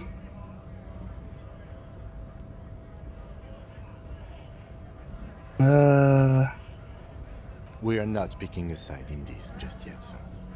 Pity. Let us work! Turns around and bellows at the gates. Who are all these strike breakers? Honest men and women, with rights, to work, to be useful, not toys for corporate interests. The man runs a hand through his steadily graying military haircut. We came here to help the harbor run smoothly in time of crisis. If union fucks don't want work, they ought to let in those who do want work. I have a question. Why do all these men follow your leadership? The lieutenant looks him in the eye. You think they follow because I'm big and loud? No. They follow the rules of the market, the rules of the economy, because they were given a job to do! He starts bellowing. What is a strike? When a bunch of ungrateful, lazy cockroaches can't get their act together, decide to block honest work for other people. He shifts uncomfortably in his workers' overalls. What do the strikers want? Beats me. They mumble nonsense about boardrooms and workers' rights, while we have the right to work! Raises his fist and starts shouting again. When the man moves around, you perceive some serious abs underneath his tight-fitting shirt. This man is in shape. There's something odd in the way he carries himself. His set of clothing looks vaguely mismatched. The different pieces of the attire seem ill-fitting. Ill-fitting? What does that mean? His shirt is far too small and an unpleasantly tight fit, while the overalls, held up by a belt, seem to fit a man with much more corpulence. You're wearing new clothes. He ignores your question, choosing instead to turn to the emaciated workers, raising both fists in the air. The clothes are obviously not his. You've been talking to him for quite a while now. Something is off with this guy. Ask him where he's from. Okay, gotta ask. Where exactly are you from? What's it to you? Deep-set suspicion drips from every syllable. Routine. Part of the investigation. Am I a suspect? Done no crimes. I only fight for the rights of people. I already got that. I'm interested in your background. We're all workers, right? Workers stick together. Came from the eminent domain, in Jamrock.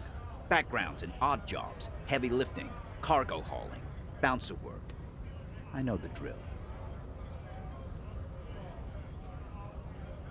I don't really drink, but work has taken me to some.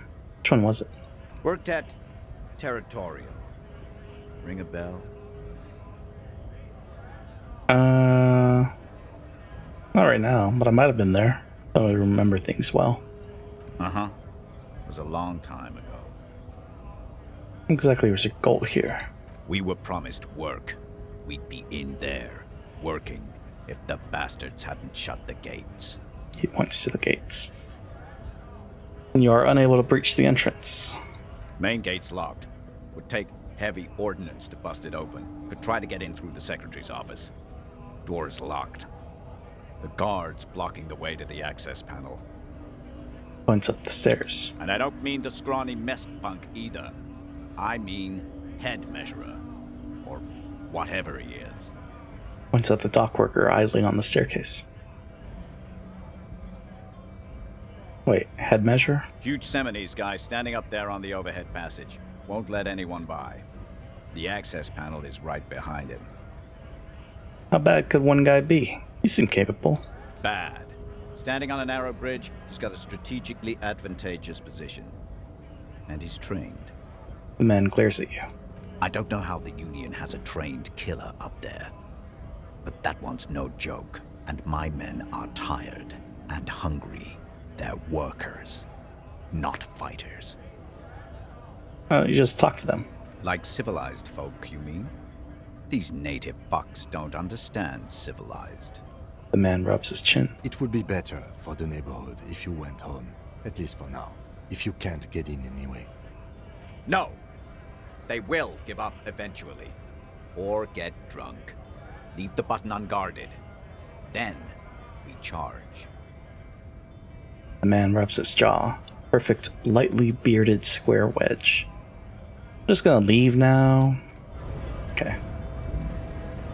So, one last thing before we go upstairs. Let's go to the car. Make that phone call. Just in case I either die or get knocked out. Inside, you see a set of steering levers. The white Whoops. suede feels luxurious under the touch, and the metal clutch handle so very familiar in your palm. I didn't mean to do that, but that's fine. This is Precinct 57. How may I assist you? I need you to connect me to a civilian. Sylvie may have reported a murder. Of course. What is the number, officer? Tim, didn't Gart give you Sylvie's number? Yes, hold on. Her number is 005 1944 298.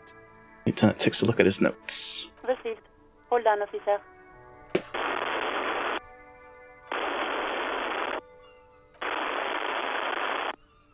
Start slapping a marching rhythm on your thighs. Yeah, I'll do that. Give it a minute. She might be busy at the moment. Takes a bit to get to the phone. Just wait. Relax.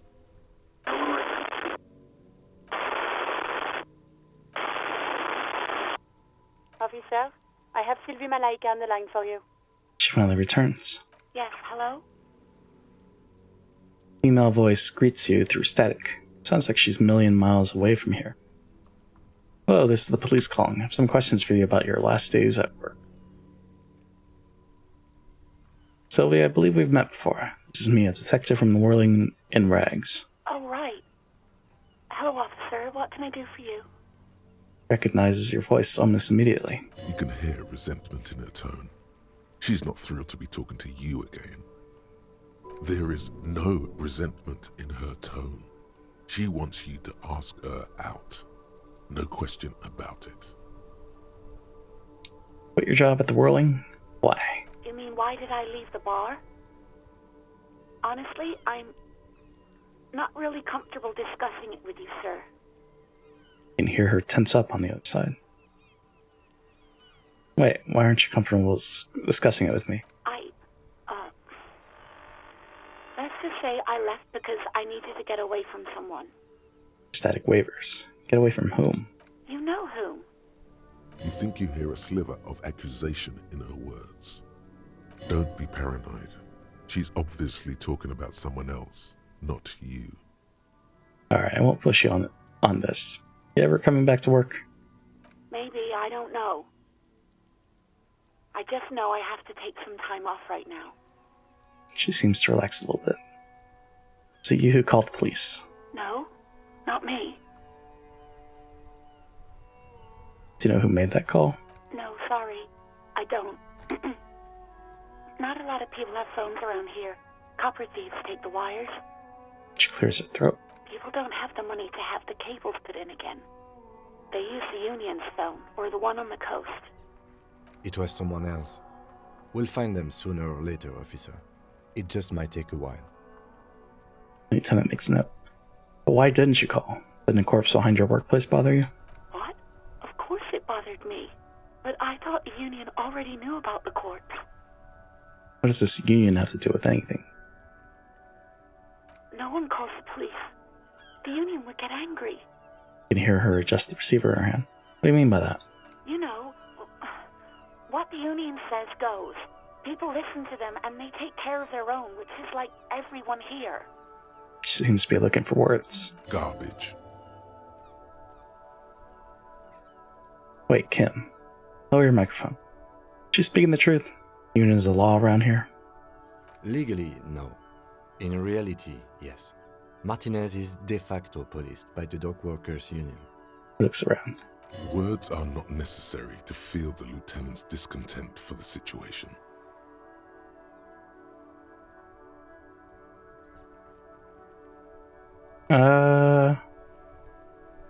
Tell me, why exactly did you let a corpse hang in your own backyard for weeks instead of calling us? Push on.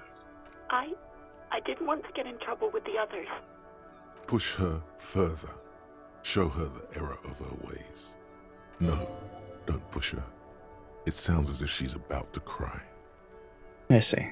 Don't worry about it. I understand. You do? What else can I do for you? She sounds relieved.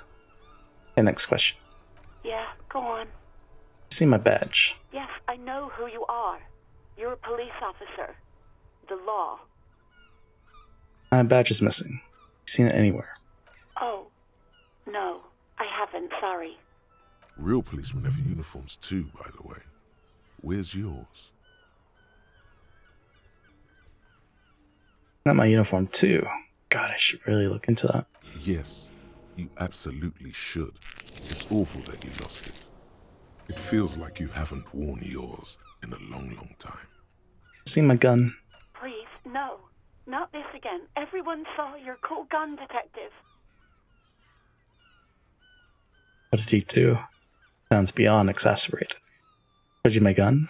When did it happen? You were trying to impress some people with it. Everyone was eating, and... She stops hesitantly, not sure if she should continue.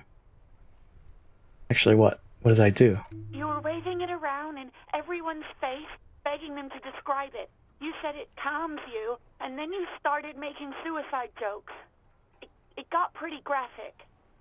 Some poor sod was trying to eat his pudding while you were screaming, spit flying, imitating the mercy shot right next to him. Spat some in his food. I don't think he touched it after.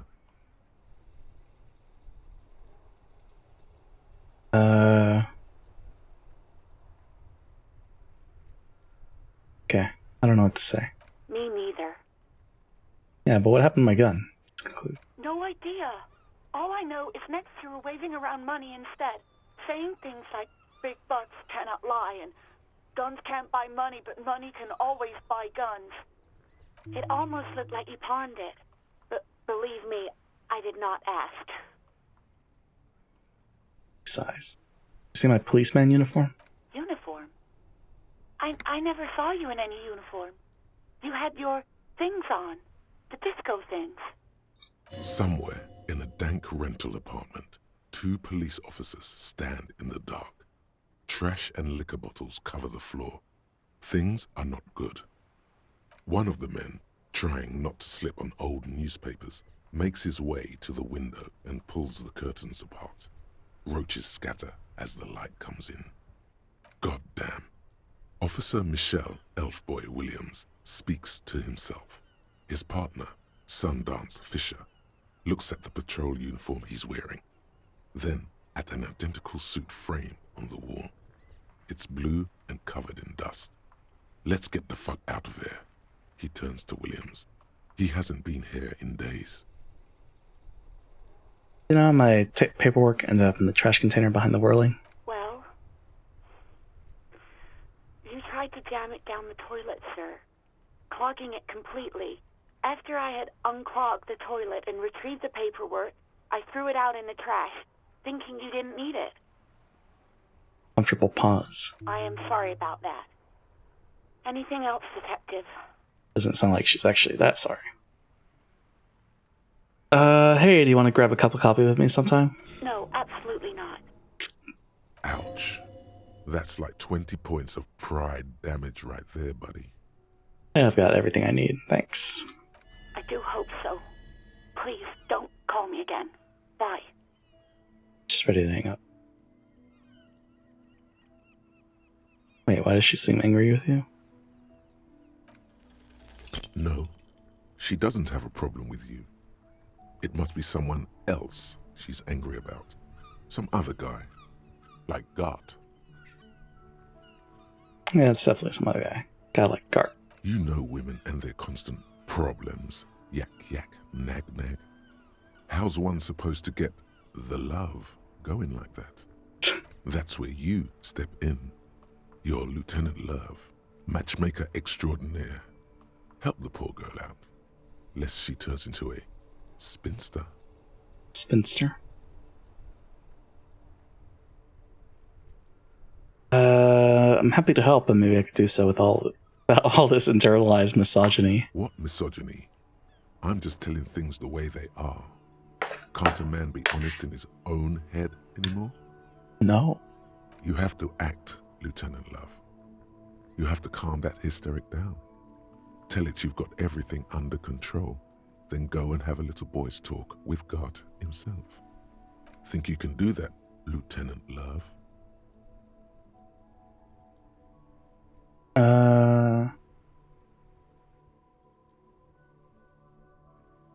Refuse the love quest, although it's wonderful. Kim, to the microphone. You still there, kiddo? Listen, everything under control. No. What?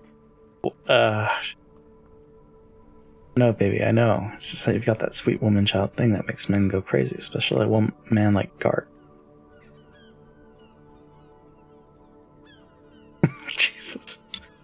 You and Gart, right? A little trouble on the sheets? Say no more. Papa's got this. Big Papa. Big Papa is happening. Oh God. Please, just stay out of my life. Static appears to breathe heavily. Got a hunch your love life is about to take a very pleasant turn. Lieutenant, a knowing wink. What? What is it? Lieutenant raises his shoulders. You'll see, Lieutenant. You will see. Wink again. Call was terminated by the other party. Anything else, officer? It's on. The love quest is on. Too late, everyone. It's on. Take it to Gart now. I'm done with the radio for now. 57th, over and out. The voice disappears into the void. In the cabin, you see a set of steering levers. Door. Mazovian socio-economics. 0.000% of communism has been built. Evil, child-murdering billionaires still rule the world with a shit-eating grin. All he has managed to do is make himself sad. He is starting to suspect Krasmazov fucked him over, personally, with his socio-economic theory. It has, however, made him into a very smart boy with something like a university degree in truth. Instead of building communism, he now builds a precise model of this grotesque, duplicitous world. -1 authority. Well, those are done. Gart plus Sylvie equals something's going on here. Need to help brother out with his love woes. Go to Gart and give him some solid advice. Tell him how it is with women. Searching for the collar, despite lacking any obvious leads. It takes him time.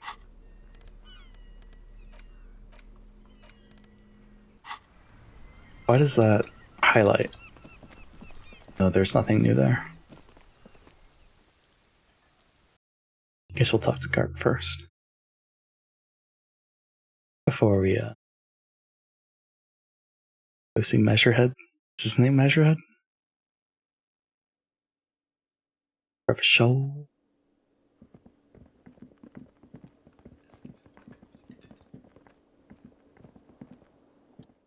Can I help you?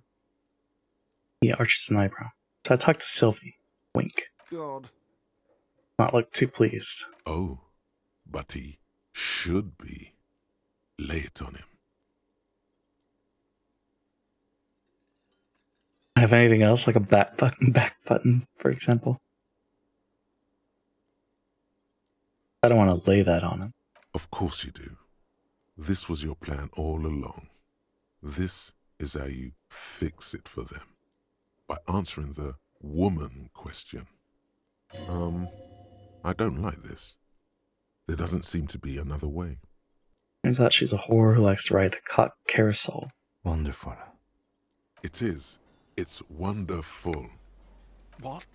What does that mean? Cock carousel?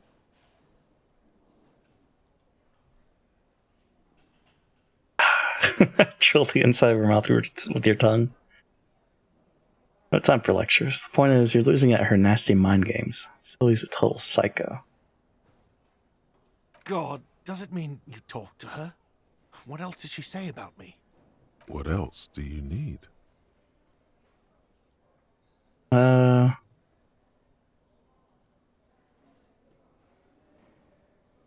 Yeah, she said that she likes cock carousel very much. So fun. Like the cock carousel of cocks going merrily around. He looks at you, spinning your arms, then leans on the corner and sighs. His head drops between the shoulders, heavy and defeated. She broke the bird, you know. The great skewer. I found it on the ground with the broken wing. On the morning she left. I should have known. It was her way of telling me to piss off. I should stuff it up my arse.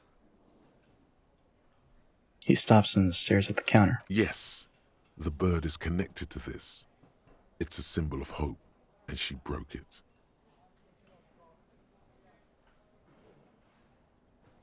Carousel. Yeah, man, signals. Mixed signals. It's classic cock carousel behavior. Huh. Cock carousel. I think I understand now. That's what they ride until, like, 39.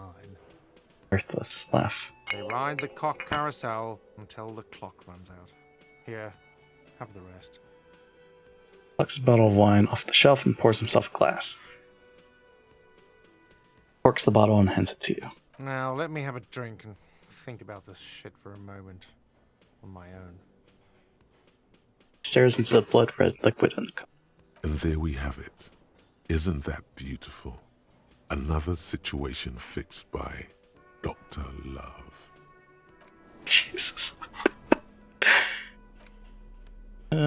Bottle. I'm not gonna drink it.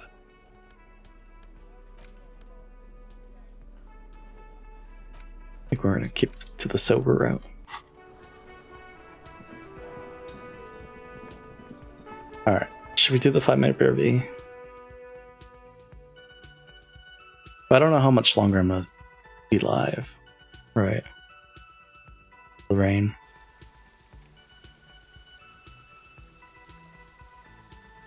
So I guess we'll see what happens. This night.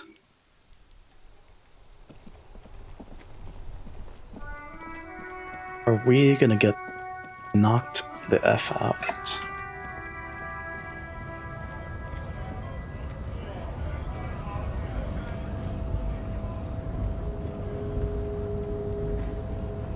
Oh.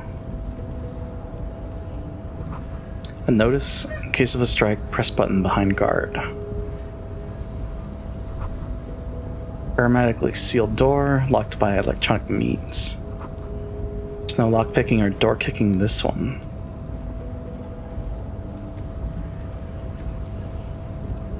Oh, he comes close to Measurehead. No one will get past you.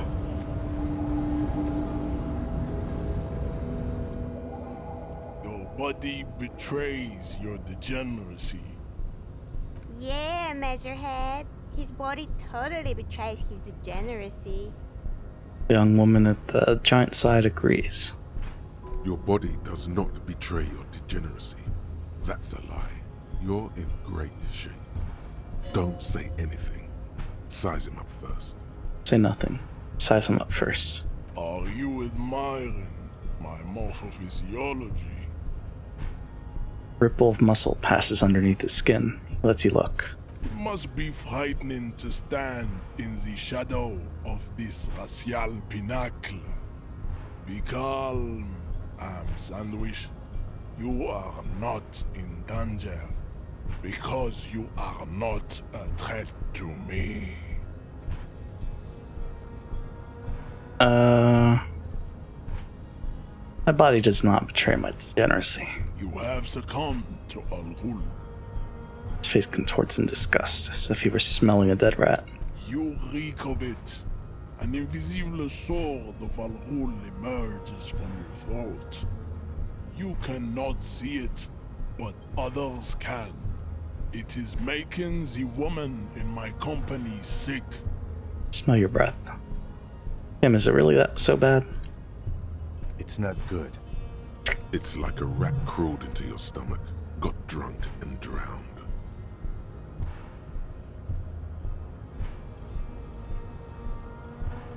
Enough. I need you to take down the dead body or let me in. No, you don't. You need to get another drink. Occidental Haplogroup B4 is done giving orders around here. The influence of the ham sandwich race is waning. Show him the ham still got it.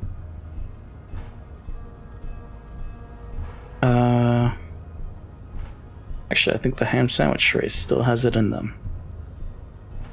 Willingly calling yourself a ham sandwich, how far the Occidental Haplogroup has fallen. You were once a noble and powerful race. He pauses in melancholy reflection. You gave the world eugenics, electricity, and powerful weapons of war like missiles and aerostatic aircraft. You made great gains in metallurgy, race theory, and statecraft. Statecraft? You dominated lesser cultures, like the deformed Hemians and the inexplicably potato-obsessed Quakers. But now your ascent to the genetic summit has halted. You are obsessed with sadness and with frivolous pop culture. You will be superseded. Isn't that right, babe? It is, baby, yeah. You know it. There is a button right behind him, just out of reach. It must be the one that opens the door to the harbor. This man is not budging. Let's hope his superiors inside are more cooperative.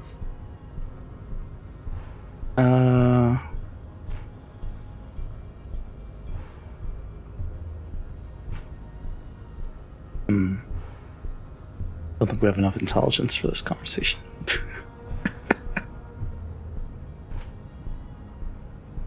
Is there people who put that dead body up there? People who should help me get it down? Enough with this begging. You should leave the stage of history with dignity by inviting the other races to a great world war. Bring your troops to the Simonine Islands and to Boogie Street, and we will pulverize you. When you are gone, we will build a museum for you. The walls will be lined with bottles of Al-Ghul, your beloved beverage.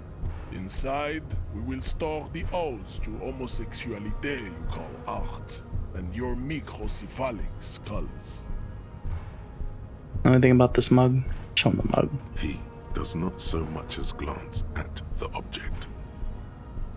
Put this into the trash lately? Stop showing me your pathetic cup. I have no interest in it. Does he strike you as the kind of man who puts mugs into trash? Maybe. Serve the Union, don't you? Aren't they white? Don't be vulgar. White or not has got little to do with this. The race enigma runs much deeper than that. Turns his eyes towards the harbor, seemingly bored with you. There must be some friction there. He's keeping it well hidden, however.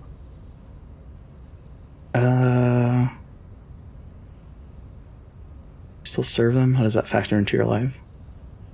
Keep telling yourself that. Yeah, but you still serve them. How does that factor into your life? Mr. Clare is a man of vision and means. He has the will to confront polycultural capital. Something your race, naivistic communists, never did. Also, to serve is noble. It takes discipline. Your petulant individualism has only contributed to your race failure. It is lax and moronic. Communism is pretty cool. Idiotic communism is the single greatest contributor to your race descent. Everywhere around you. The fruits of its failure to challenge the world order. Individualism, rock and roll music, sexually transmitted diseases. Above all, rampant multinational finance still reigning large. Tell me, where have you gotten your love of pathetic communism from? Degenerate youth culture? Rock and roll music? Gotten it from disco, actually. Offshoots of the Seminoles people invented disco while having sex under the influence of cocaine. It is a shame upon my race. But what is done is done. I am not surprised you enjoy it so much. This has happened to many of the side products of the inevitable cultural victory of the Seminoles race. Okay, I'll ask. Who are the Seminoles? The South Island race, haplogroup A4A. We are the rightful masters of the Insulindian archipelago.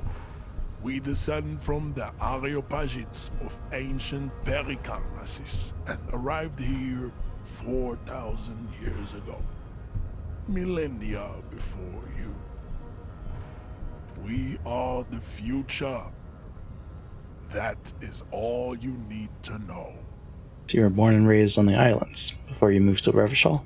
I am a descendant. The narrow streets of Ulimbuir are with me in my genetic dreams. I see young Seminoles women walk into the grey mass on Ile de Fantôme, waiting on immaculate conception from the pale. So you did not come from the islands. Actually, I'm gonna go with understood. Good. Still gonna kick his ass. Kim, what do you think about this? I think this racist is better than the last. But the next racist will be the really good one. How do you know there'll be a next racist? There always is. Race is reality. Lots approvingly. What are those tattoos of yours supposed to mean? Racists are generally not very good examples of their race. Gestures towards the lawyerman down the street. I am not like them. I am craniometric perfection. I have taken the trouble to permanently draw a phrenologic grid on my skull and features. This should dispel any doubt. True, that is a noble cranium, but you got a hard noggin yourself. Sure, I'm not craniometrically superior to you. You exhibit forward projection of the jaw, indicative of schizophrenia and sexual inaccountability. From a purely aesthetic standpoint, the dimple in your jaw makes you look like a baby. This is not craniometry, just an observation. What else? It is impossible to see any more of your bone structure. It is covered in the ravages of Al-Ghul. From what remain of your features, I can see fleshy lips, baldness of the head, and long arms relative to lower limbs. This leads me to conclude you are not a police officer. You are a common criminal, an offspring of murderers and sailors from Sur-la-Clé and Vesper, and possibly even the degenerate sheep herders of Ubi. Interesting. So one of my ancestors was Sur la Clef and the other Vesper? Your racial heritage is uninteresting. It is the same as all Revacholians. Your parents and their parents made the decision to reproduce while under the influence of Al-Ghul. That is the only reason you are here. He's right there. It's almost impossible to get it on unless you're both drunk. It's too scary when people are sober. Oh man. Knock him out. Please. Oh my god, I got him.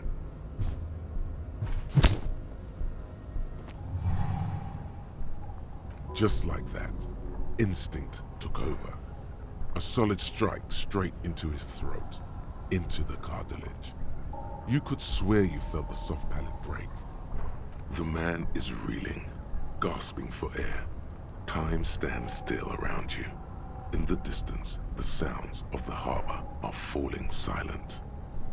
All you hear is a small gurgling sound as a trickle of blood appears on the man's lip. Wait, what should I do? Don't wait. You've only got a millisecond. He's coming to. Time is breaking loose from the stupor. His left hand curls up into a fist. That fighting pose. Watch out. He's expecting the hook. Back up and perform a 360 flying spin kick.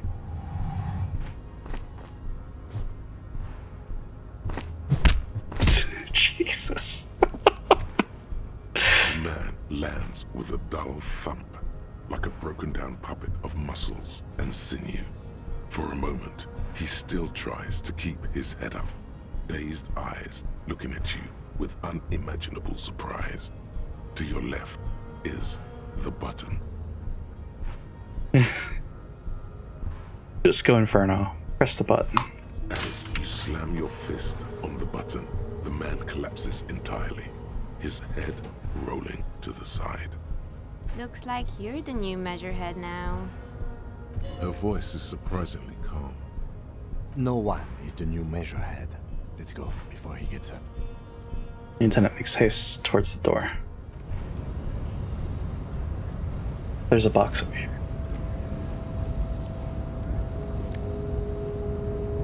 Plastic tear, money.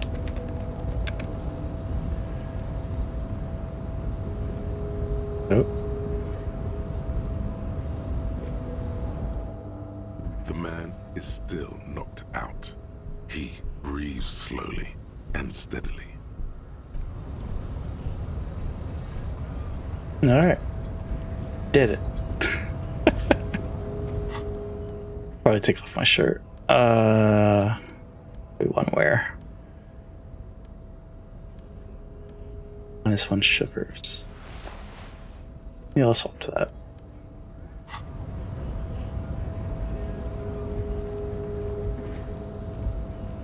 Oh, does this open this door? Oh, it does. Oh.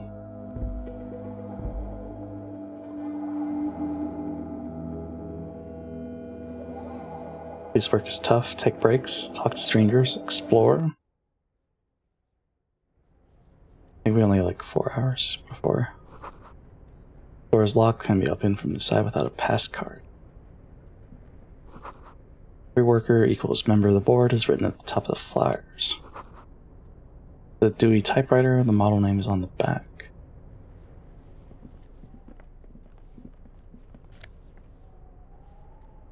Card. Standard office file cabinet. Door seems to be locked. Someone left the coffee machine on. Dark liquid in the pot looks sentient. Book, Le Fumée, Volume 1, Number 4.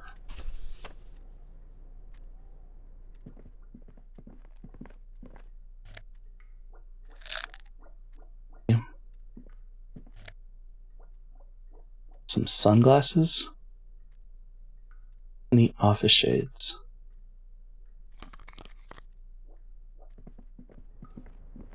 On second glance, someone has forgotten to properly close one of the drawers.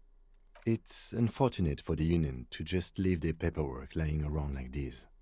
Let's see what's inside, he thinks. In the drawer. The drawer opens smoothly. Inside is a well-organized selection of brown folders. Folders. Hundreds of documents containing logistical data. 2 kinds of transactions stand out. Materials coming into Revachol from the outside world, from Muindi, Grad, and even Ilmara. Ilmara? And the same materials being handed over to companies inside Revachol. Kuron, Coal City, La Delta, and Jamrock are listed among the many districts where the imports are being sold. It's hard to make sense of this thicket of company names, dates, quantities, and percentages. You try to focus, but the lines are getting blurry. Yourself to go through the full. Whatever's hidden here is hidden well. Concentration isn't enough. Only a trained accountant with a background in logistics would be able to really make sense of it.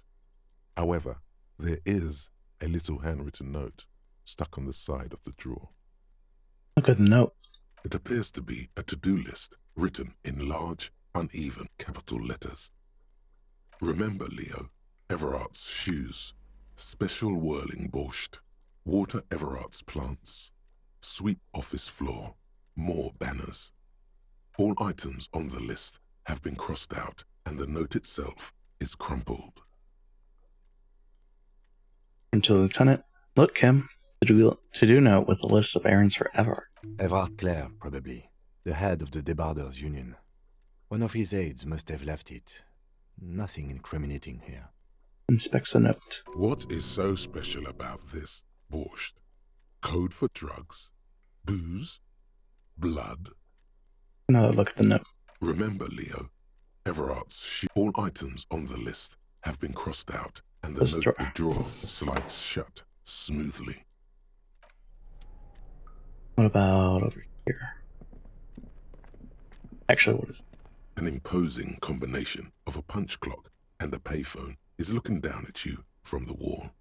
A note on the side says, tokens unavailable due to strike. Use change. I don't know who to call. Radio is emitting strange buzzing noises. Sounds.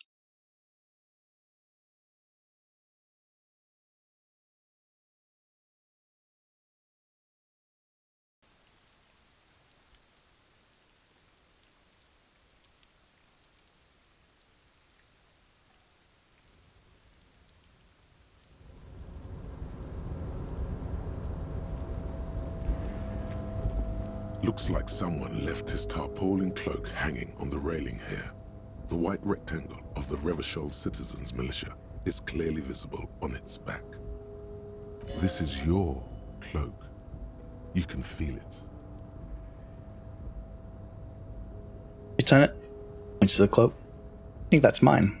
Yes, it does bear the RCM insignia, and we are the only detectives in Martinez. I think I should get it.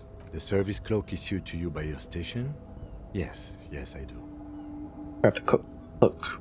As your fingers touch the tarpaulin, it almost feels like the cloak wants to deliver a message of comfort through your fingertips. I will shield you from the elements and give my life for yours. That's what the cloak is relaying. Let's wear it.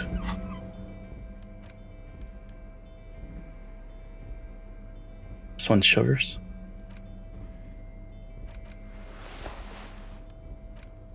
Yeah, we got glasses. This card. And a book.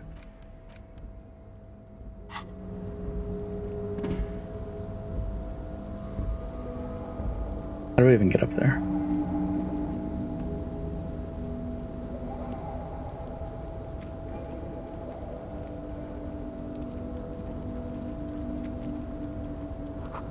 Collecting rainwater.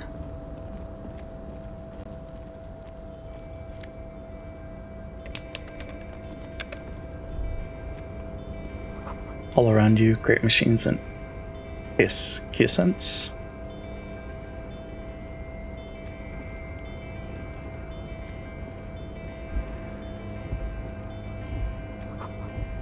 What pine trees are printed on the screen covering? Looks Looks like a forest under snow.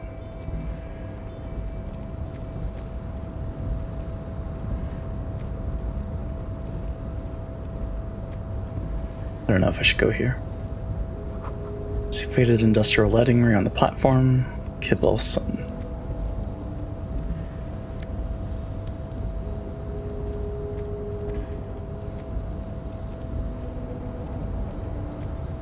Let's do. A rusting control panel with several knobs.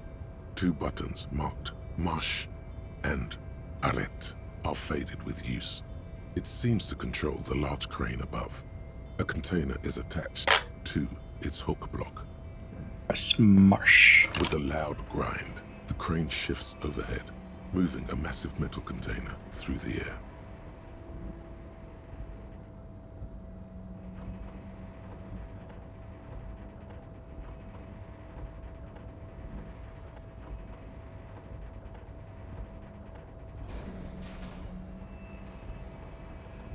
It's gonna fall.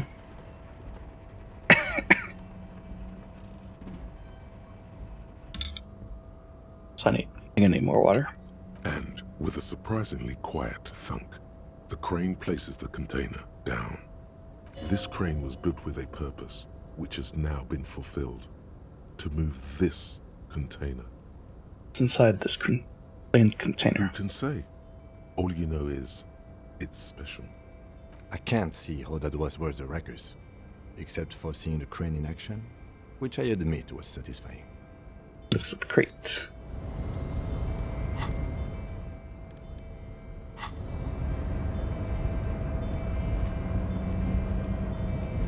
Oh, back to it.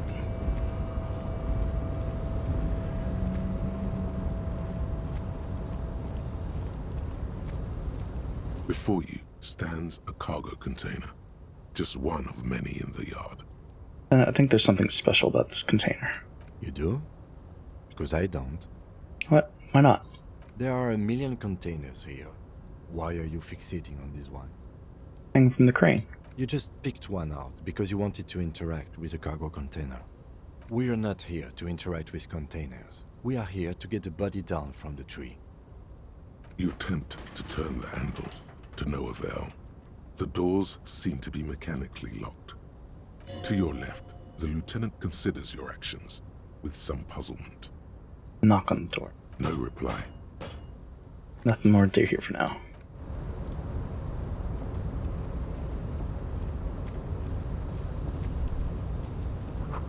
Shipyard ahead is oddly quiet. Great machines are sleeping.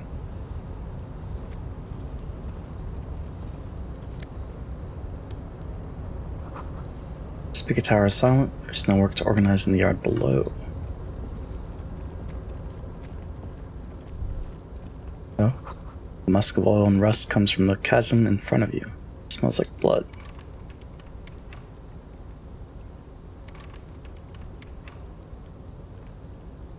Guess I can't.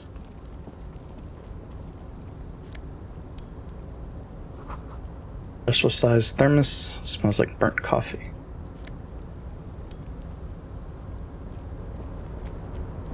Oh. Container. Manor sags under the weight of rain and snow, white waves on red. Container, I'll turn you nice and red. Container, put the logos on. Container, used to be Wild Pines. Container, now belongs to Everard. The tiny man is so engaged in his work he doesn't notice you. Hi. Everard, he looks after everyone. Huh? Well, hey there. How can I help you, mister? He smiles. The look in his deep blue eyes is as sincere as you've ever seen. Kind of makes you feel like an arsehole for no apparent reason. I see you are not a union man, mister. Did you get lost? You're not one of them scabs, are you?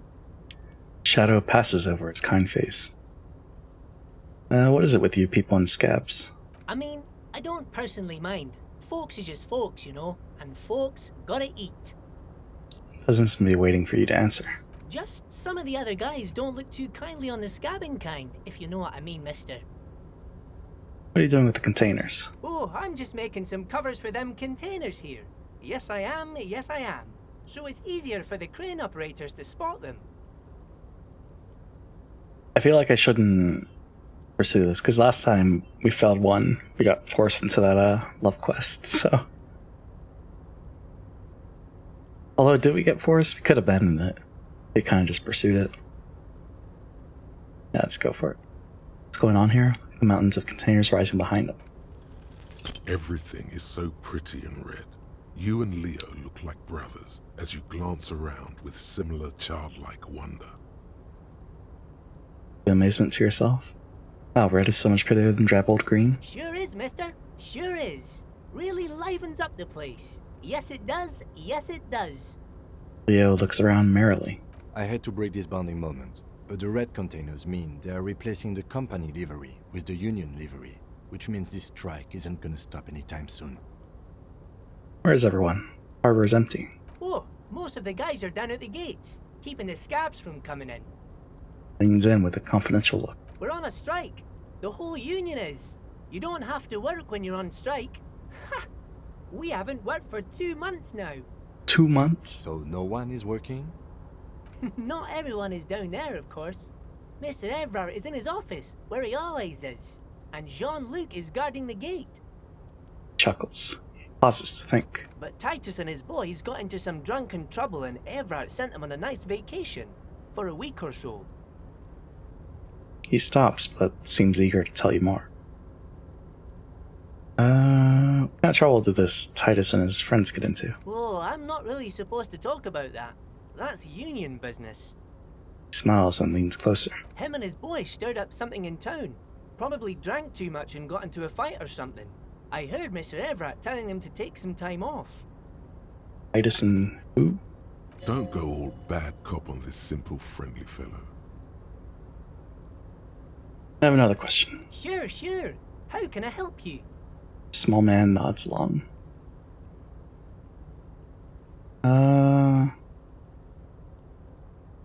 What's in that container over there?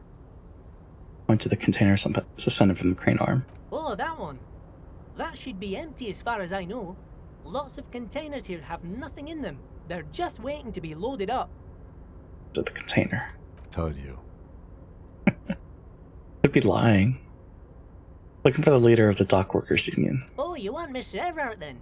He's an awfully nice fellow, he is. Him and his brother are both nice fellows. They've lived their entire lives in this here neighborhood.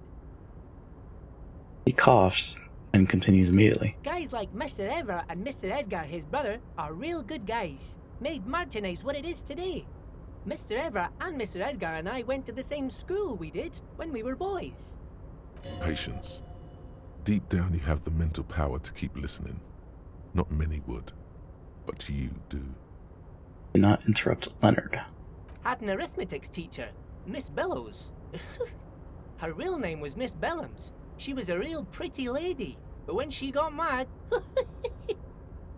Leo lets out a little chuckle, starts laughing. All the boys liked her, if you know what I mean, mister. We used to sneak in her yard in the dark and peek through the window.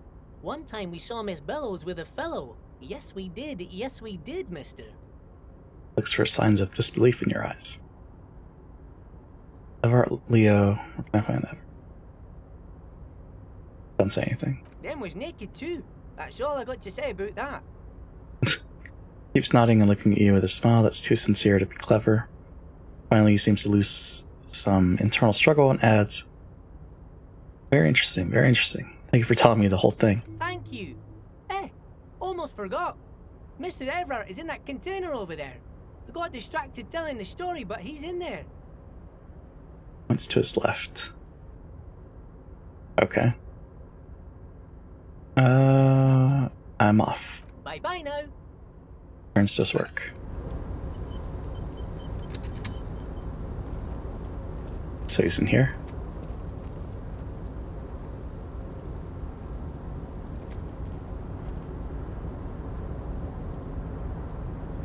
I guess I can't go in there.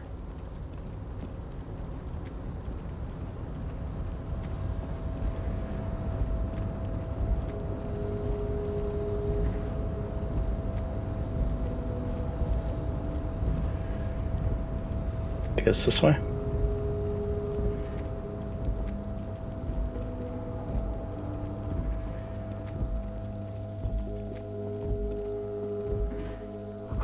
At least 3 packs worth of cigarette butts.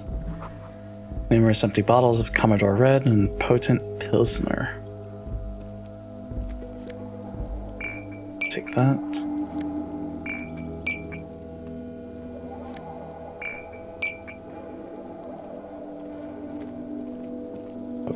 This is the night watchman's booth. The name on the door reads, René Arnaud. So this is where Renee works. Gonna look around. Search the booth. If you must. But please hurry. We are pretty easy to spot up here. Lieutenant looks around. Nothing incriminating catches your eye. The cabinets are clean and their sparse contents meticulously organized. There's a framed photograph on the table. Take the picture. It's a black and white photo of a young couple out in a street fair. The man, René, is dressed in a Royal Carabinier uniform. The girl is young and very pretty. She is smiling playfully at the camera. René looks like he's about to smile. This photo must be tied to some good memories. Why did you take that picture of René? And it glances at us, glancing at the photo. Can ask him about it. You're really interested in that old soldier. Not sure I understand your fascination, but sure, as long as it doesn't take up a whole lot of time. Remarks surprised.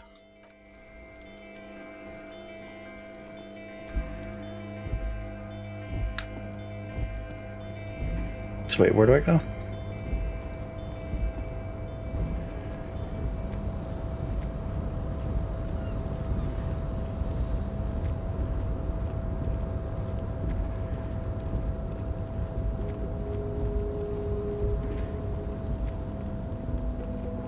I would have thought it's like, oh, it wouldn't. Okay. I'd step away from it.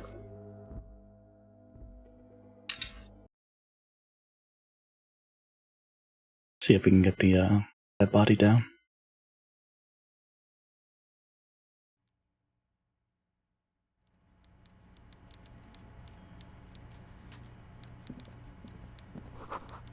Coffee on the giant thermos is still lukewarm. Stair made of pallets leading up. Oh wait. Click on that. Taxidermy fish that tells time.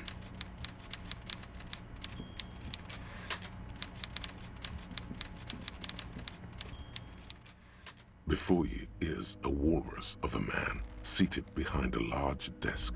He looks up from his work, not the least bit surprised to see you. With great effort, he straightens himself up in his chair, yet says nothing. He simply stares at you. A typical power play. Wait for him to speak first. Show him you've got a backbone. Say nothing, and dead in the eye. The one good eye of this man fills you up without even flickering. The other, his lazy eye, is constantly moving like a goldfish in a tank, grotesquely magnified by his +6 glasses. For a moment, you don't know where to look. It is unbearably humid in the trailer. Beads of sweat slide down the man's forehead. Keep staring. At first, nothing happens. His face wears a wide and self-satisfied smile. Every now and then, he smacks his big lips. Like a general over his maps, he plots his moves. Judging by the way he's licking his chops, it's going to be a good one. So...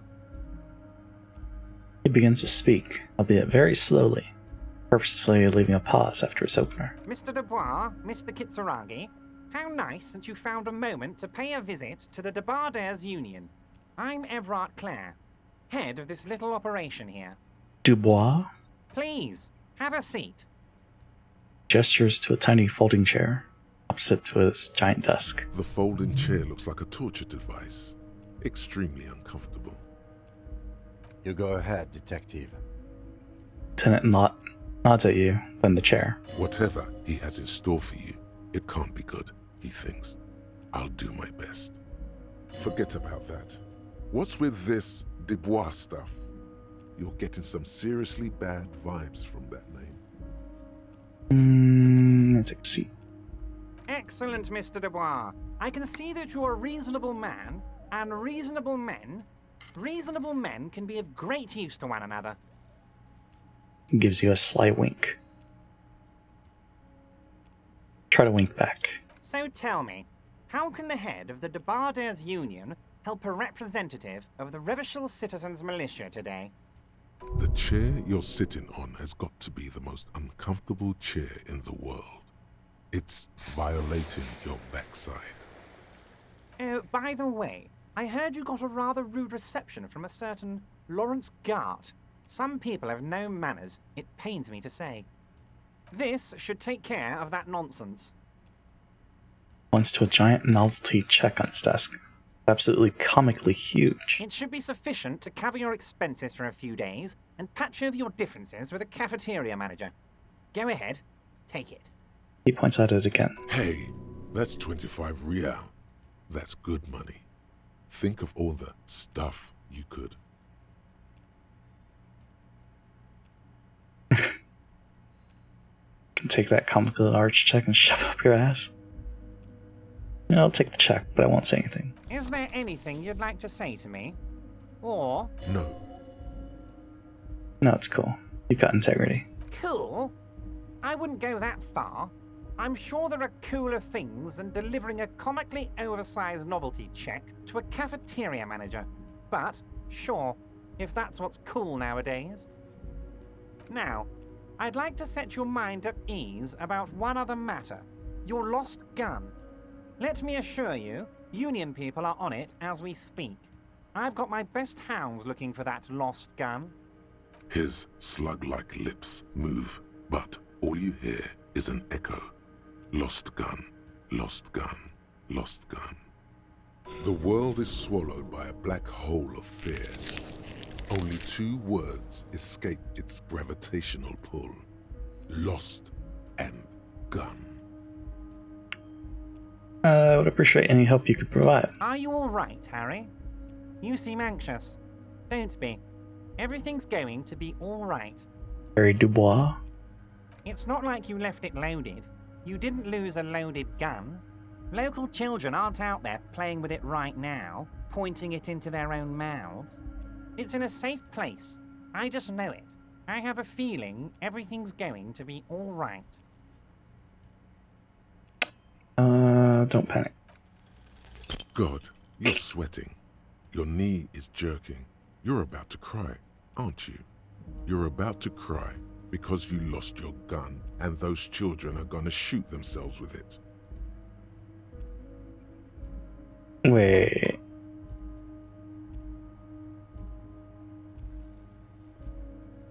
What? Men can cry too? You want to cry? God, you're weak.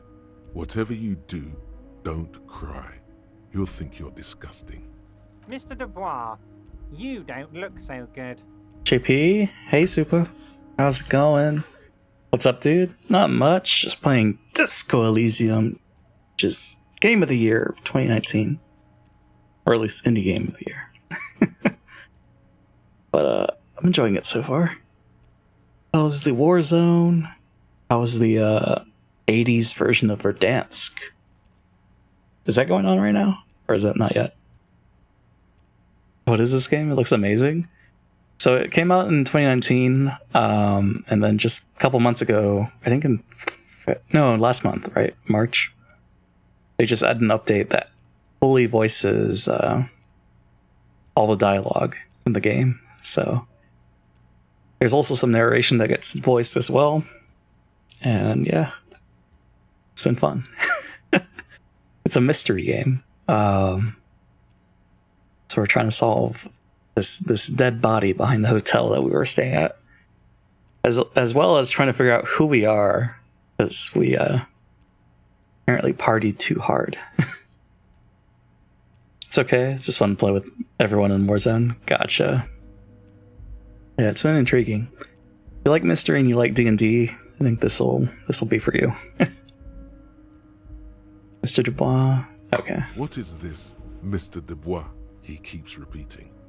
What is he trying to pull here? You need to cool the fuck down. Chill. Mr. Dubois! Mr. Dubois! Harry! The large man snaps his fingers, but to no effect. You're in some stupor. You control the character around and free roam, or is it just go from plot point to plot point? You do control the character and you can explore. Try to talk to a bunch of people, piece together what happened. But we're mostly just playing as this guy, the bottom left one, with the smile. Yeah, it's a lot of conversations and reading. I think there's 1 million words in this, so it's a lot, but I'm getting through it. Keep sliding up? No. Maybe. Sliding down the chair like a jello shot. While Everard is distracted by your odd behavior, the lieutenant's eyes are mapping everything around you. The folder, desk, papers on the wall. Mr. Dubois, are you okay? Can I get you a glass of water or something? Are you having some kind of medical emergency? You love the art style of this. It's pretty unique. It's like a dream, maybe. I had to lurk the other day. I really didn't want to cause this. Really didn't want to because this looks so good. Oh, okay. It's all good, super. But yeah, this is it's been fun. It's been enjoyable. We knocked out a guy earlier. Maybe you could use your hands somehow, in a kind of throw-in motion, like you're throwing that Mr. Dubois act right back at him. He's Mr. Dubois. Oh, hell yeah. Just put up our dukes.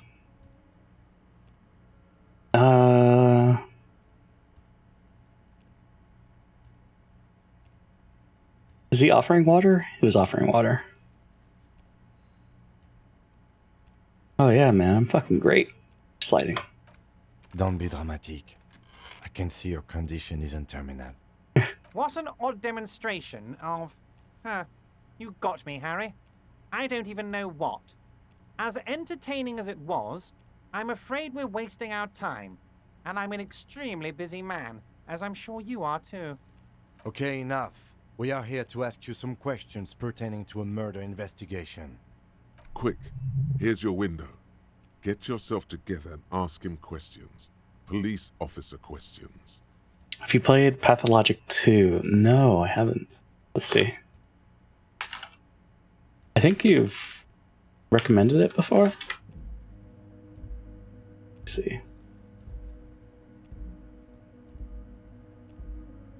I'd pay to watch you play that. It's pretty good. I think you said it's one of your favorites, right? Whoa. Groundbreaking open world horror RPG. So it's story rich, choices matter. It looks neat. Oh, and there's melee combat. Add it to the list. Is it on sale? No, not yet. I'll keep it in mind though. I, in super fashion, did not finish it, but I loved it. And I got stuck on a save, unfortunately. Oh no.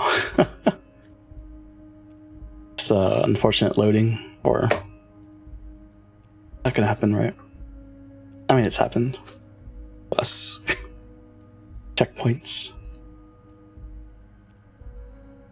Yeah, I'll put it on sale. It's mainly about making choices and kind of making moral decisions. Okay. I like those. Played a bunch. Story-rich games. Some questions. It is about time to stop embarrassing yourself. Questions will help you regain some of your lost dignity. Help me get a dead body down from the tree. You might have noticed there's one hanging on a tree behind the hostel cafeteria. Tried to be too good. It wasn't working great for me. Oh no. Paragon's the tough option. Kind of want to play Mass Effect, and I know the Legendary Edition's coming out soon. So I played 1 and 2 on stream, but I didn't get around to 3 or Andromeda. Oh my. Don't take this question personally, but why would I get involved in this matter? He smiles pleasantly. That'd be dope. Mr. Clare, the man was hanged with a cargo belt, a steel-reinforced cargo belt. It's safe to assume the Union had something to do with the murder. I just gotta see like what's coming out and when I'll be playing stuff. How was Nier, by the way? How was the ending? I haven't finished it actually. I haven't gotten any endings, so I put it on hiatus because we're working on a side quest that demands that you wait 48 hours in real time for something to happen. Plus, I knew you were on that story part. Right, we're going through a lot of story. It was pretty good. I'm enjoying it. It's just I'm stuck on this side quest. It should take about 4 days, because we can cheat a little bit. We can fast forward time by 24 hours. But it's a process. So I should be playing it, going back to it after I finish Disco Elysium. Yeah, it's fun. It's a good time. A little old school, because I mean the combat came out in 2010 originally. But it's a good story. Nice surprises. Besides, getting the body down would benefit all of us. It's a stain on the neighborhood. Yeah, the belt thing. I can certainly see how having him up there might start affecting some real estate values. He licks his fat lips and smiles. But of course, all joking aside, I am going to help you. Picks up the handset of a radio phone to his right, then clicks a button. Jean-Luc, the cop who bested you in physical combat is here, and he has a little dead body in a tree problem. Namely, he needs it to be taken down. Please extend him this courtesy. So did you say the dude in orange is dead? Oh, Kim? This guy at the bottom left? No, he's not. He's not dead. He's our partner. So he's just trying to help us out. Then we got Jean-Luc is the guy that we knocked out. Please extend this courtesy. You can find Luke down at the gates, but you already knew that. Anyway, he's going to help you, now that he's back on his feet. He's not going to punch me, is he? He smirks. Okay. Is that a dead guy behind you, I thought? I thought maybe it was like a ghost partner situation. Oh, no, I think I was talking about the dead guy behind the hotel that we were staying at. So, no. I don't think Kim's dead. Kim talks to us. No, and yeah, Kim has been interacting with other people. Yeah, there's a dead body hanging from a tree. I want to talk about the hanging. He also looks like he has blood on him. Oh yeah, like on the side of his face. I think that's just shadows, maybe. Feel like a little bad though around our eyes. Oh, of course. That's your main thing here. That's why you're in Martinez. I know everything that goes on around here, and I would love to help you, like I'm helping you with the body. He nods. I mean, it's no secret that the lynching is connected to the strike. So much to talk about. Honestly, it's been weighing on me so heavily. I understand you need to interview me. Since there's a but. But there's a thing that's been keeping me up at night. I want to talk about the hanging. I mean, if we could just calmly talk, exchange information, we could blow this thing wide open. Yes, that sounds good. Let's do that. And it says with a slow nod. But I can't think straight with this thing weighing on me. You're police officers, aren't you? I have a crazy idea. You guys are basically door-opening machines. Incredibly talented at opening doors. Suddenly he slaps himself on the forehead. Kim, is that true? Are we door-opening machines? I'm not sure I understand. If you're asking us to break down someone's door, it's not going to happen. Looks to the union boss. Come now. I just need you to go open a little door for me and leave it unlocked. A simple thing. Absolutely nothing shady about it. Sounds super shady. Does this jiggling ooze think he's going to use you? He's got another thing coming. Play his game, son, with your eyes peeled.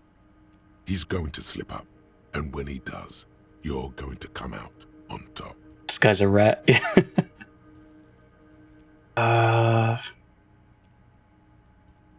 No. Whose door is it? Oh, no one's. It's just a weasel. A weasel lives there. Nothing for you to worry about. No, you just open it yourself. Harry, I'm a very busy man, and more importantly, I don't have that extraordinary physique you do. You look like you could run around all day. Slams his fists together. You want to send someone a message that the police are working for you. Is that awesome deep voice or conscious or something? So it's our inner thoughts. We have... Let's see. Can we show? So all of these talk to us. How many is it? 24? 24. So we got like our composure, straighten your back, keep your poker face, reaction speed, our inland empire, which is like our hunches and gut feelings. This game is so cool. There's a lot to it. We of course chose one intellect, so we're not the brightest. We're not the smartest. I don't know how it's affecting the dialogue and stuff, but curious. I want to do like another playthrough with like max intelligence so we can see. Yeah, all of them talk to you and they like pipe in whenever it's like appropriate. I do the same, honestly. You can be like a mastermind. Where is it? Suggestion. Charm men and women, play the puppet master. Understand creativity, see art in the world. It seems like there's a lot you can do. It's very curious. I repeat, I'm a very, very busy man, Mr. Kitsuragi, and therefore I must occasionally enlist outside help. So what will it be, Harry? Turns back to you. What do you mean by a weasel? A loud blabbering weasel. When weasels feel no one is watching, they start acting foolishly. He removes his glasses and rubs his nose. Just go there, unlock the door, and leave it open. It's been such a burden on me, Harry. I just want this to be over so I can discuss business with you. Puts his glasses back on. Bet you don't even know anything about the hanging. Harry, my dear friend, I am what people call a local bigwig. I know everything that goes on in Martinez. Sinks deeper into the chair. Can't accept this thing. Use the task. For now. Of course, Harry, I understand. But if that's the case, I don't think we'll ever find your gun. Even worse, we won't be able to speak like equals about the murder. I was going to the office and I'm almost done. Gonna go back to that. May pop back in after that, unless the fiance wants to clean more. Sounds good, Supa. Thanks for stopping by. Hope the clean goes by quickly. Perhaps this was just bad timing for you. Know that you can always come back to me. I really hope you do.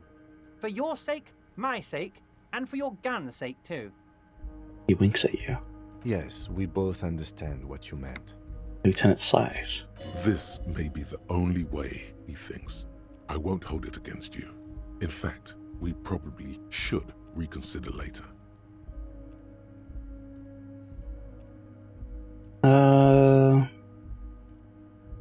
What's in the container that's outside your office? My dear Harry, there are literally millions of containers in this harbor. I couldn't possibly remember what's in all of them. Something special about it. It's attached to the balsam crane. Harry, you smooth-talking son of a bitch. Time is a precious resource, and I don't have enough of it to count containers with you. He says with the fondest of smiles. Smooth talking. Maybe that's the way to go about opening the container. You should at least try convincing it. Call me Mr. Dubois. Why? Of course. Let us dispatch with the formalities. You call me Everard, I call you Harry. That's really my name? My God, so it's true. I didn't want to believe it, but you are a fantastic science fiction amnesiac cop, aren't you? What are the odds of that? Shrugs with an amazed expression. I think the odds of that are very low. He looks at you. Sure, my memory is a bit hazy. I assure you, there's nothing to be ashamed of, Harry. You're among friends, and the good news is... Taps on the folder in front of him. I have a big fat folder on you, Harry. I'm sure you have a lot of questions to ask. Maybe I can help you out.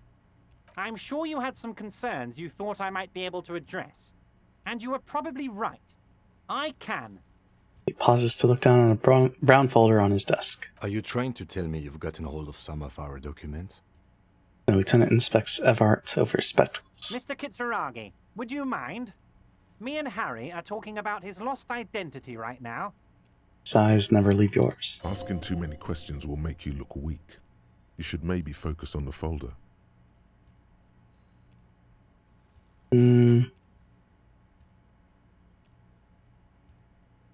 Where'd you get that folder? Ah, this? My friends in your organization gave it to me, Harry. Closes the folder. I find that very suspicious. May I have a look? I'm afraid this is meant for Union eyes only, Mr. Kitsuragi. I'm sure you understand. Please continue, Harry. I would rather look at that folder. Everard's large hands are covering the folder, but the look on his face says, I know everything about you, Harry. Got nothing to hide. Oh, Harry. Oh, wow. This is really something. Looks into the folder, as if it's hard to turn away from the mysteries inside. Oh. I'm sure it's not that bad. At worst, he has an old RCM folder, and I very much doubt even that. Lieutenant whispers. So how about it, Harry? You need assistance, I presume? Talk of other matters for a moment. Of course, Harry, of course. Let's not linger on personal details and amnesia. You wanted something from me? Let's talk about my lost gun. Yes, your lost gun. My best men are on it.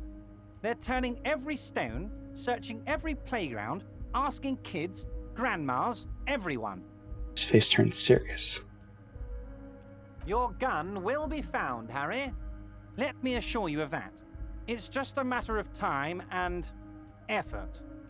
Winks at you. The only way to find it seems to be working with him. He might even be holding your gun hostage.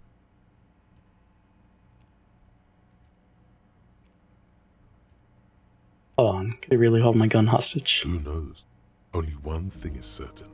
If you work with him, you're going to get it back. And working with him might be the only way to do it.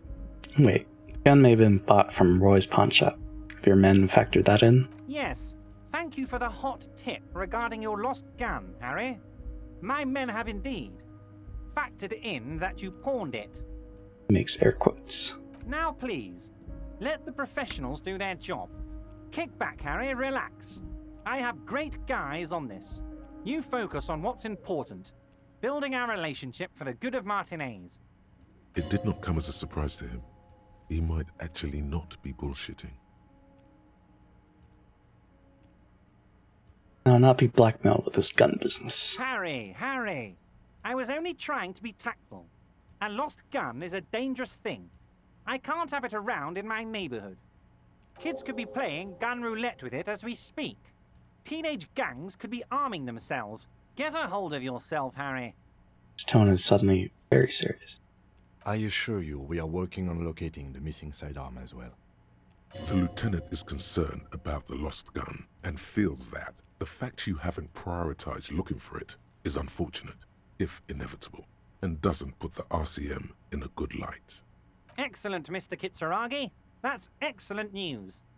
Looks like we have a friendly gun-finding competition on our hands. Clapped his hands together. Aren't you gonna ask me how I got in? Am I going to ask? Hell, Harry. You spin-kicked my strongest man in the face. I saw it from my window. Would you ask a man like that how he got into your container yard? I understand.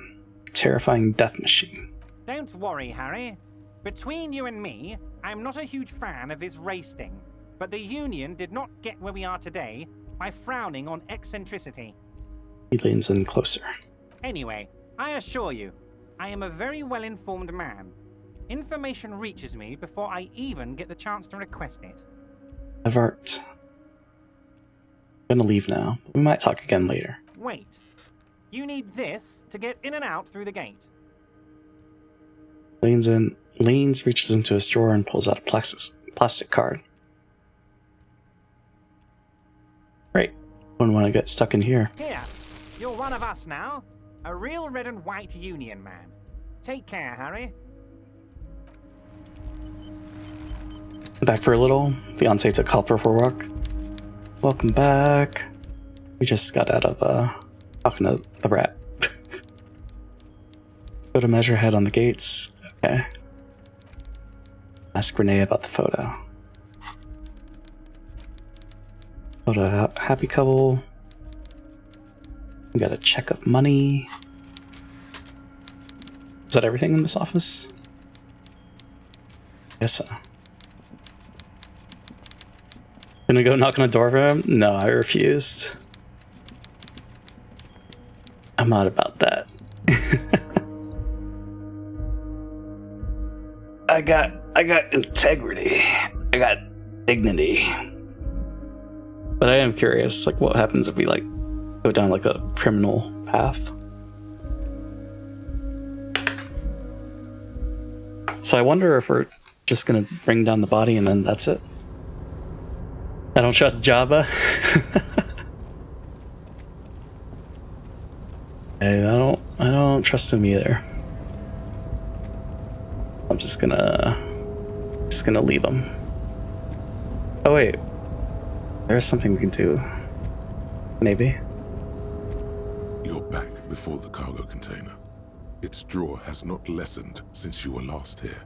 If anything, it seems to have grown slightly. Persuade the door to open. Why are you even trying to open the door with rhetoric? Yeah, why am I? Why are you what? Lieutenant looks startled. Never mind. Are you satisfied, detective? Yeah, let's head out. Composite eye of halogen lights watches you, emitting a low buzz. 3% chance, you know we had to try.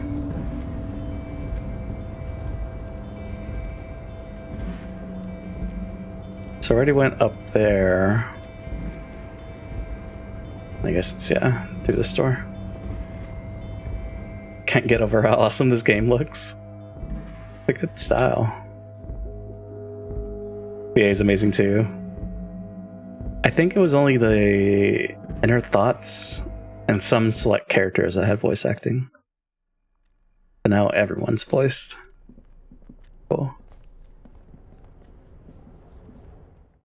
Less reading for me.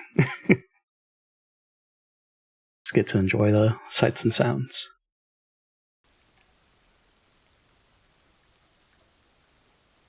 So we got through the door.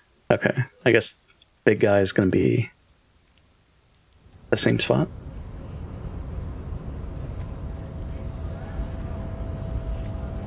Oh, there he is. Do not presume this has drastically altered our race dynamic. He loves to play games that are novels long of reading. So many of them. Knocked you out like a god of martial arts. True. I said nothing about our personal dynamic. That has altered. A little. Yeah, it's... He means very little. Subscribe to his advanced race theory? No. Can you interact with everyone you see? No, not everyone, because these ladies I couldn't talk to. And then there's a couple guys that they just kind of give like a little dialogue bubble. Ever told you to help us get the body down from the tree? So it was.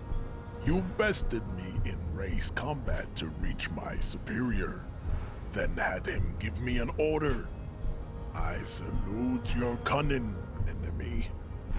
I will go and remove the body from the tree with my bare hands. Good. No bummer. Yeah, You're so noble, Measurehead. that's fine. But while I am gone, someone must stand guard on the bridge. That someone needs to be you. Both of you. What? Returns to the lieutenant. But it's not bad. There's still a lot of characters. That would mean you're openly showing the people that you're taking the Union's side. Love that his dialogue is in all caps. Yelling.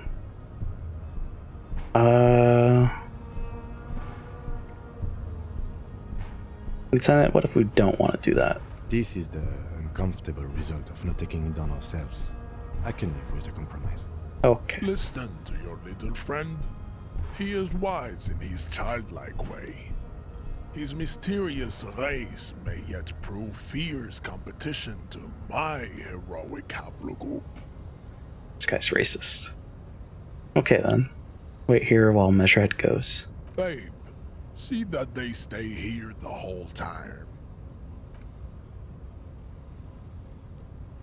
How long is it gonna take him though? Because I think at 2100, this guy's some kind of Nazi. I don't think he's a Nazi, but he's got a The woman's gaze follows Measurehead as he leaves. kind of racist belief. Oh my god, I dropped my notebook. Hold on. There's another guy that was kind of like super racist. But this guy's like more nuanced. Apparently there's gonna be another guy down the line. So, you guys are like cops or something? Why are you with Measurehead? Look at him. His craniometric perfection. Are you cops or what? Yeah, we're the law around here. Cool. I like men with guns and power. I'm Katya, by the way. This girl. This voice. The woman twirls her hair. You hear that? That sound. He's breaking something. Lieutenant looks towards the yard.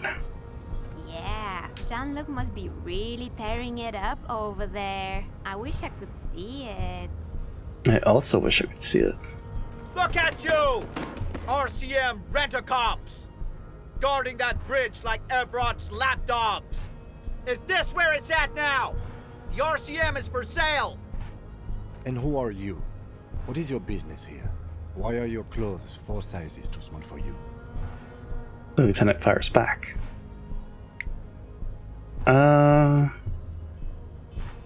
It's none of your business. A shrill laughter interrupts you, echoing across Martinez. It's Kuno. Then, Kuno? the man turns to look behind him at the behemoth appearing around the corner, approaching him, walking past him. You already like Kim. Kim's pretty cool. A good partner.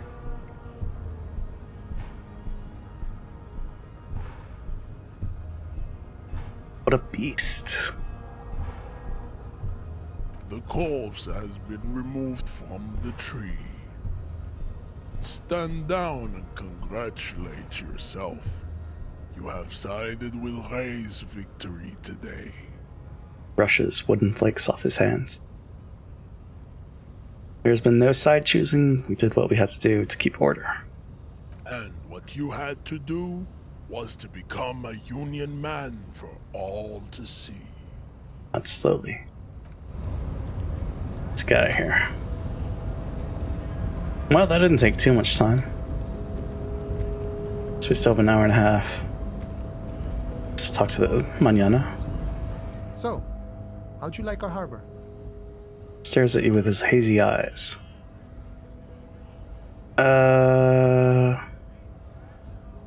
Complete shit. Because the harbor, yeah, I guess complete shit. It's but a rest area on the path leading across open plains. An hour and a half till what? So at 2100, we get the option to go to sleep for the day. So I'm kind of trying to be mindful of that time. Because I don't know if it forces us or if it gives us the option to roam around at night. It's but a rest area on the path. He notes solemnly and turns to you, a wide smile adorning his face. Right. You talk to the boss, eye to eye, like men of the plain. If you have any more questions, I'm set to talk. Any idea who killed the hangman? The mercenary, eh? Who could have killed him? That's indeed the question. Why even do such a thing? He shakes his head solemnly. Harbor is a prime area of suspicion. In your opinion, dock workers involved in the killing. What a thought. Why would noble workers resort to such a thing? Unless they were pushed, of course. He scoffs, looking shocked. Pushed how? Your dead guy was an enemy combatant. Hold up. What does that mean? He was an agent of the opposition, attempting to undermine our honorable efforts. Did you kill him? I ain't the murdering type, but that's just me. Large organizations like our union have all sorts of men, with all sorts of skills. Understood. This has been of limited use. Still, thank you. The lieutenant takes a note. No problem. I wish the best to you in your search. Sure, I'm glad it's not my search. Takes a sip from his flask. Sleeve.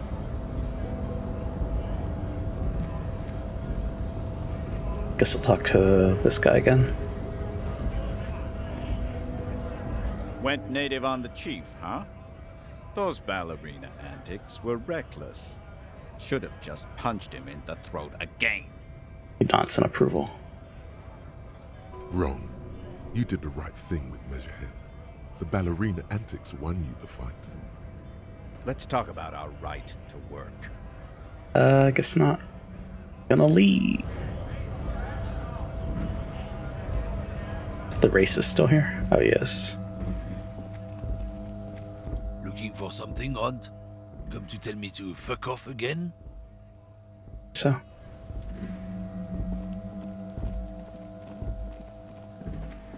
What about you? It's raining again. It was clear just an hour. Nothing new. All around you, rain falls on the great city of Revachol. Rain drips from the eaves and floods the gutters, washing the filth away. The spring thaw must be here. The snow is melting. What am I doing? Looking up at the sky, cold water dripping from your hair. She just wants to talk about the weather. Classic. What do I see?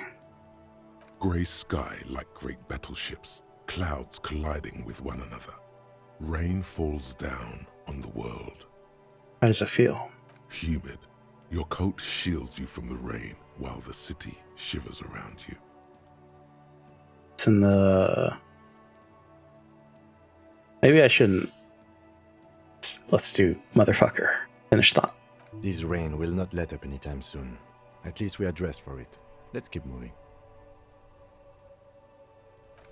Because it's wasting time, right? So let's go up here. Check out the body. Is Kuno alright?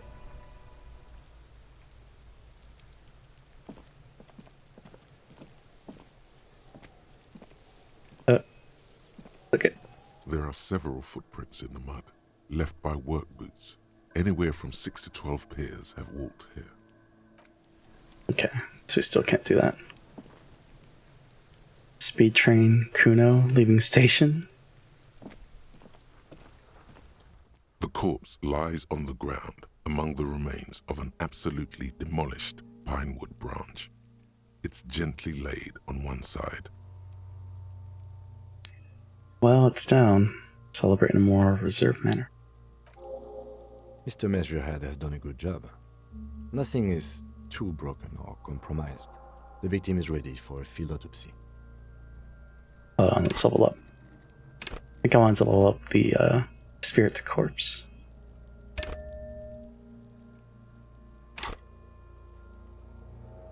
Grenade about the photo. Oh, it just got done. Field autopsy. Yes. 1. Investigation of the scene. 2. Initial examination of the victim. 3. Field autopsy. 4. Transportation of the body to the morgue. We are on number 3.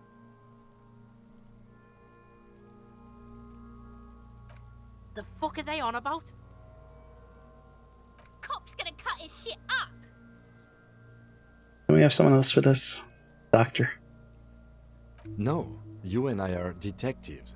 The honorary rank of detective signifies our ability to handle the entire incident chain. From autopsy to cleanup to social work, everything. Wait, honorary rank of detective? An honor and a burden attached to your rank once you've proven yourself able. Usually after 5 to 8 years of field work. Mine is Lieutenant Detective. Yes, I feel like it. You are. Your station would not have assigned you on this case if you weren't. Now, the way I see it... Yeah? It's either this, or we complete the initial interviews. We already met Evrard, that only leaves the Wild Pines representative. There's one in town, negotiating the strike. She could have information. Looks at the corpse with some disgust. Why'd you forget stuff? Apparently we partied way too hard. We were also kind of acting like a fool, messing around with our gun, waving it around, scaring people. So Harry is not all there, maybe? But yeah, when we started the game, he doesn't know who he is. We gotta like piece it together, figure it out. Love it. No need for a distraction. Let's do this. The lieutenant adjusts his glasses and takes a deep breath. First, what exactly is a field autopsy? Come on, officer. You know what a field autopsy is. You've done 100 of them. Clap your gloved hands. Let's get in there. There truly is a time for everything, even for yellow gardening gloves. However, they are lacking hygienically. I suggest you get in there in limited capacity. He nods approvingly. Alright. I'll ask you when I need you to. For the most part, maybe I should handle the contact and you take notes? We'll just fill this in, right? From the red field autopsy form in your ledger. That's right. He nods. You knew it because you inspected your ledger. The lieutenant is relieved you know the protocol. Open your ledger at the field autopsy form. The dead man stares in silence as you crack open the ledger. The bright red paper is covered in boxes and lists, describing the condition of his skin and organs in 3 parts. Above those, an 11-field info form needs filling out first. It begins with... Begin. 1. Assistant. That's you. Right. Harry DeBoer. The corpse is indifferent to your scribblings, just lies there. The next box says... Coroner's case number. KK57-0803.0815. Write it down. Next. Name. NA. Next. Date of birth. NA. Age. Roughly 50. Right, roughly 50. The corpse looks ageless, like meat on a hook. 6. Race. Mondial. Write it down. The pudgy mess of curdled meat looks neither mondial nor anything other. Sex. The little monster exclaims energetically. Male. Male. Pigs can have sex? Right, fucky. Right, male. Nor does he look male, with his pregnant belly and indistinguishable face. Date of death. We're still going with March 4th, 51. Right. March 4th. What else? 51. 9. Body identified by is non-applicable. 10. Case number is the same as the coroner's case. KK 57 0503 0815 listens motionless, with the cargo belt still around his neck. Only one box remains. Evidence of treatment. None. At least not after the initial examination. This reminds me so much of Pathologic, like art style, like the style, psychological aspect. Also, the dialogue is super similar. Curious. I think it's on the wish list now.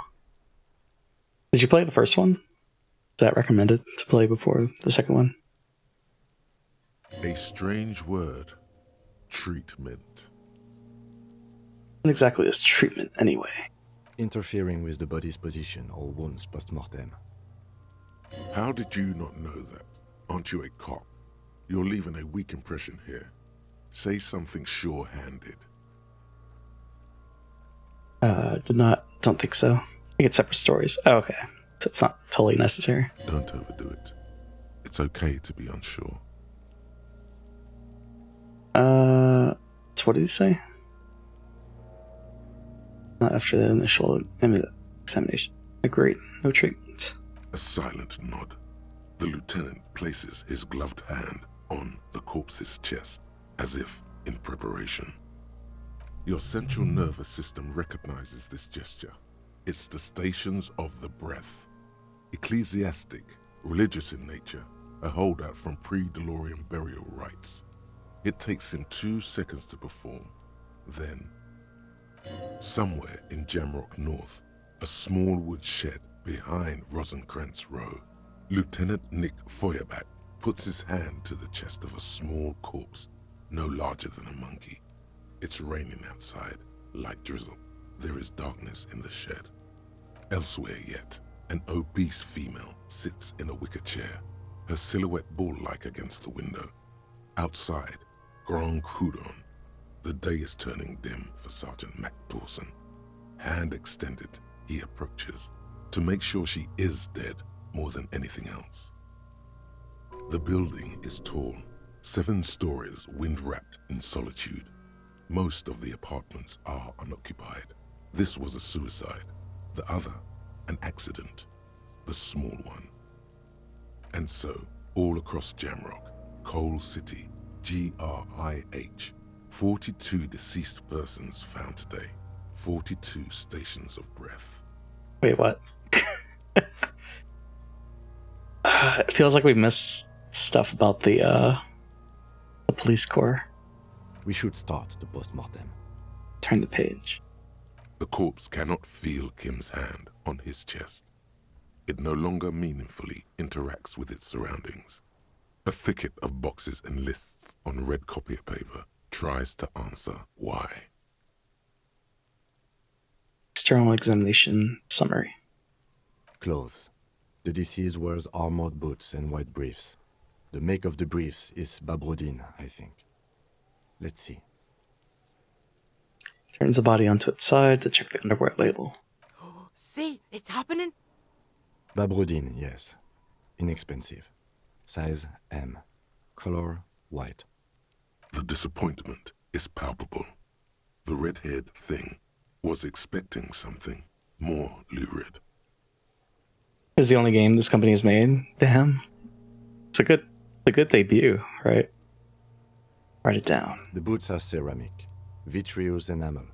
They are fused to his skin from blood flowing downward post-mortem. Removal of the boots is left for processing. Write it down. Tattoos. He stands up, feet planted on either side of the body. The upper torso is covered in a single, continuous tattoo, resembling a map of the night sky. It reaches from the right shoulder to the heart. The ink is blue and white. The assistant has a color photograph of the markings, to be added to the case files as document A1. The photo is taken on the scene, using a Trigat Mini. Write it down. The deceased has a cargo lashing belt around his neck, tied with a hangman's knot. Color yellow. Length 3 meters. There is a buckle on the other end. Write it down. Well nourished, athletically built, measuring 1.8 meters. Generally consistent with age, about 50. Preservation is good. Ambient temperature below freezing. 1.8 meters? Isn't that kind of tall? Produces a measuring tape. The spine is bent more than the lieutenant compensated for. This buster's actual height is about 1.85. And no, you could not take him straight on. I'm gonna write 1.85 meters, Lieutenant. Of course, I undercompensated. He pockets the tape. Write it down. Body hair is light brown. Distribution is consistent with age. The deceased had male pattern baldness. Hair is combed back, short. Kneels in to get a better look. Write it down. Short, light brown, male pattern baldness. Lividity is consistent with hanging. The head is congested. Contusions are present on the head, chest, and thighs. Consistent with stones thrown post-mortem. Low velocity. Fucking low velocity? You think Kuno doesn't know what you're talking about? Velocity was fucking max. Kid explodes. Talking shit about Kuno's velocity. In addition, there are bite marks on the face, scalp, and chest. Consistent with predation. Lieutenant pays no heed. Just write it down. Ligature mark. The lieutenant produces a small folding knife. The other hand pulling on the belt, he starts cutting into the polyester. The stench is horrid. After a while, it's obvious the material cannot be cut. The steel wiring. There's too much of it. We need to remove the belt so we can get to the ligature mark. You can see it's breathless. May I try? It's no use. We should get chain cutters. You can try with them. I have a pair in the toolbox of my kinema. Let's go get them. Damn corpse. We had a good rhythm going. Lieutenant gets up and brushes his pants. I didn't think I needed those, so that's why I kind of left them in the car. Whoops. At least the car's right here. Inside, you see a set of steering levers, a radio microphone, a pull-out toolbox, and a metallic drawer slides out from under the seat and clicks into place. The tools inside are neatly organized. That car looks amazing. Riding it. A motor carriage, I think is what they described it as. Take the chain cutters. The handles are long and sleek. Snap, snap, go the cutters in your hand. It's like the pry bar as well. The pry bar feels nice and cold in your hand, heavier than you'd think. Cold and heavy, like truth. You feel like you're reunited with truth once more. Useful for opening all sorts of doors and lids. Push in the pull-out toolbox slides back into its nest. Preheater gauge casts a warm glow on the steering levers and the radio on its hook. Let's leave that. 56 minutes. Plenty of time.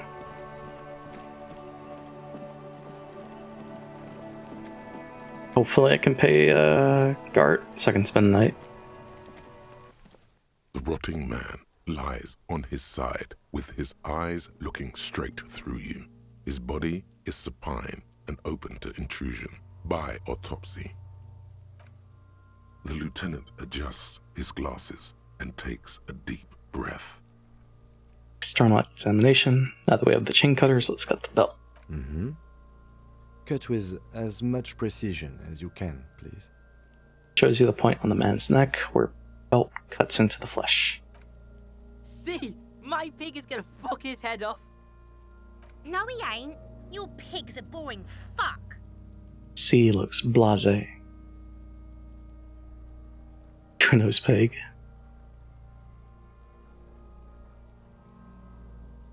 Now let's just cut it off. After some deliberation, you sink the cutters into the knot tying the belt together.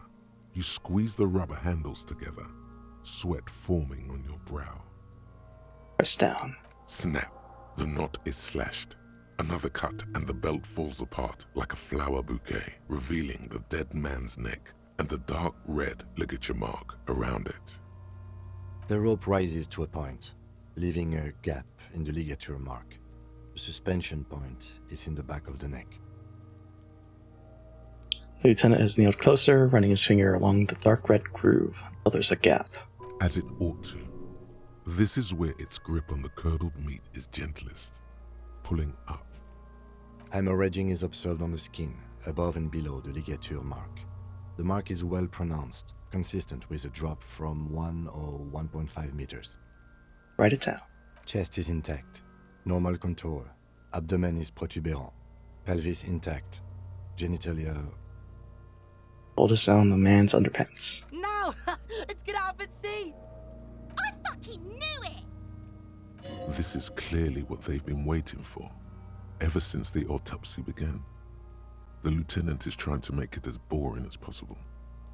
Genitalia is male and unremarkable. No evidence of injury. Unremarkable? Sad.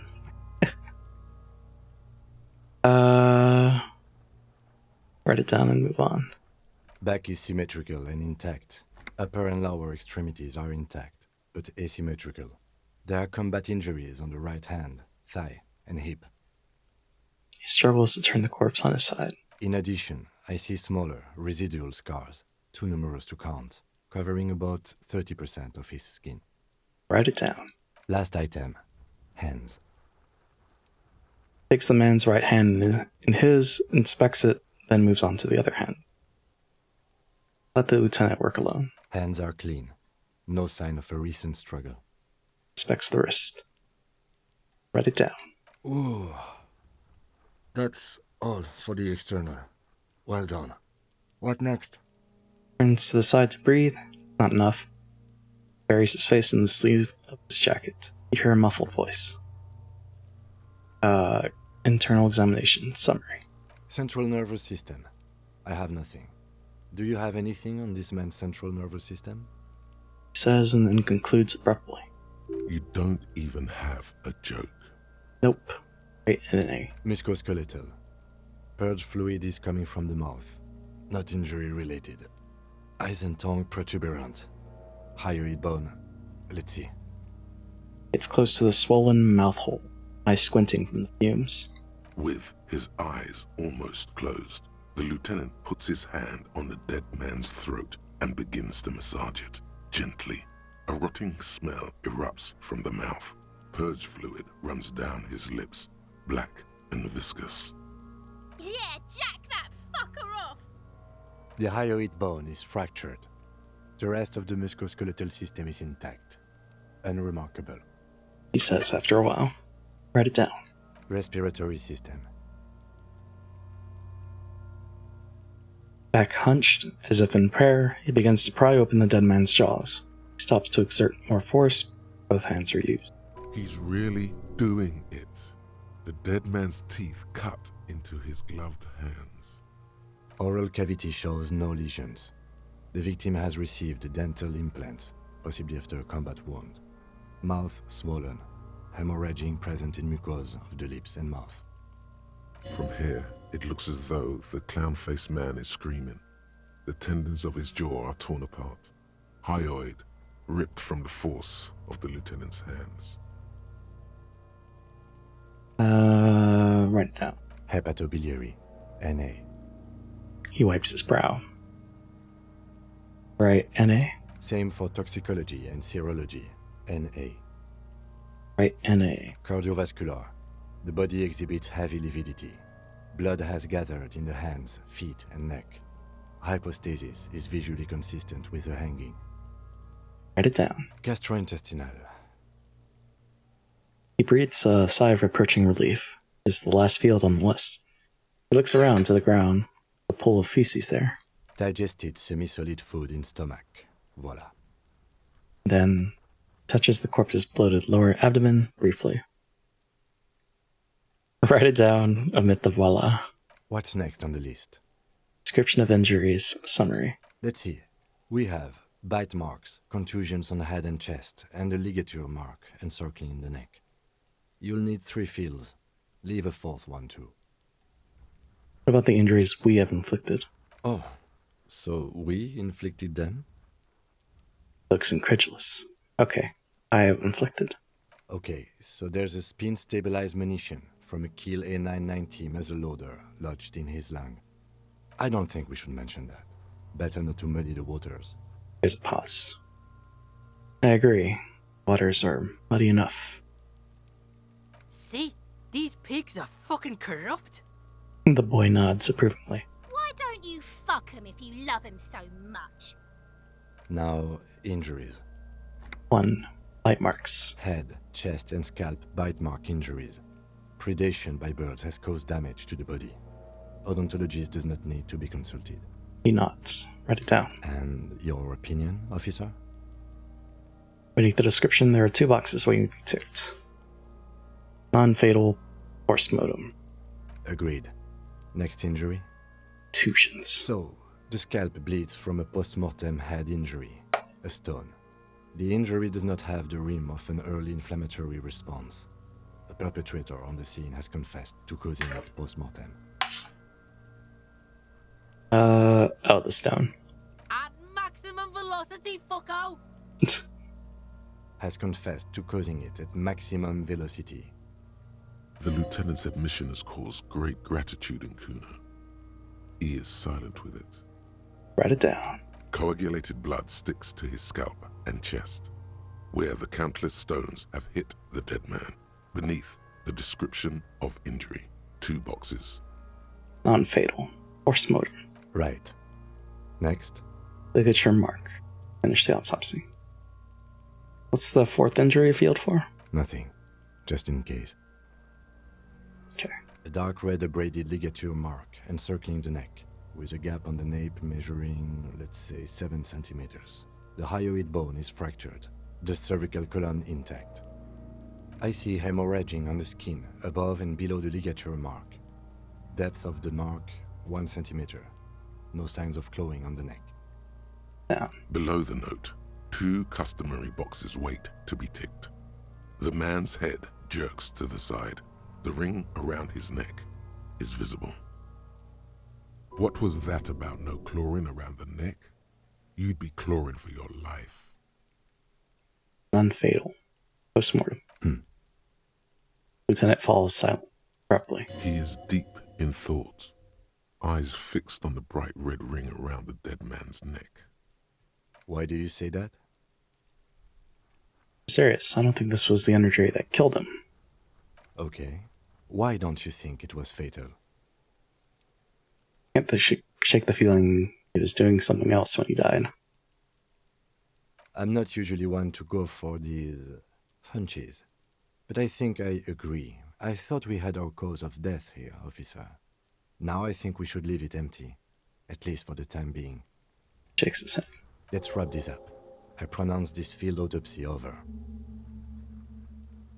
Produces a small black plastic roll from his jacket, body bag. First, how'd it go? It was an irregular field autopsy. We did not establish cause of death, which is supposed to be the goal of an autopsy. But, personally, I do not see this as a parameter for success. So, let's level this up.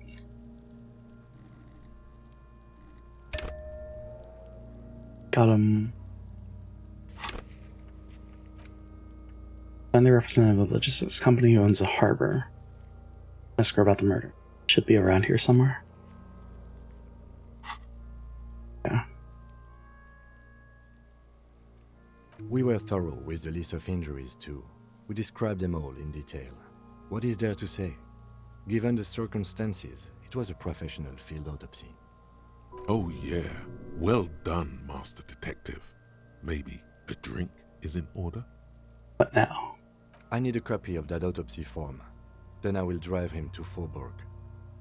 Rip out a copy of the autopsy pages. For processing.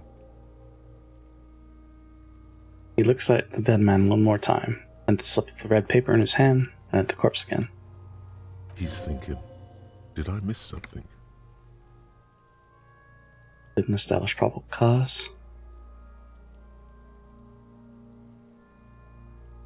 Tell me something, dead man. Shoot, loony rooney. Hate you, you stink and you're boring. Do I remind you of someone? Well, you don't remind me of anyone. Sure I do. You just don't want to admit it.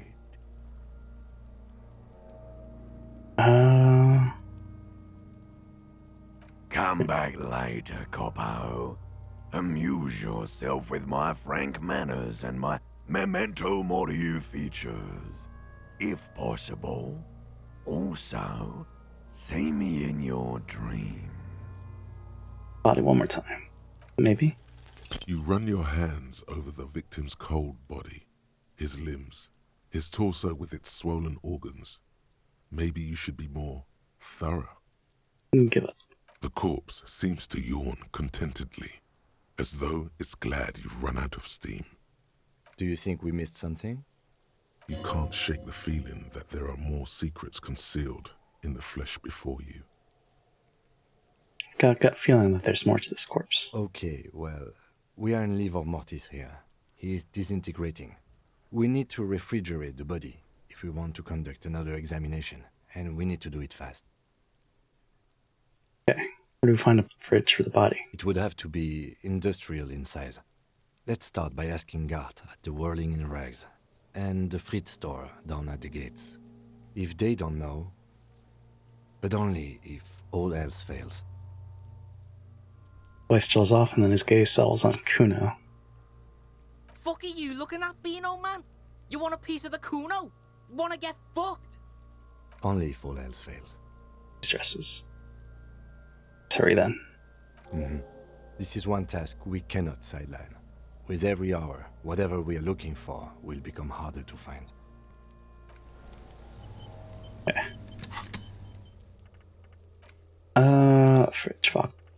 Fridge, victim's body.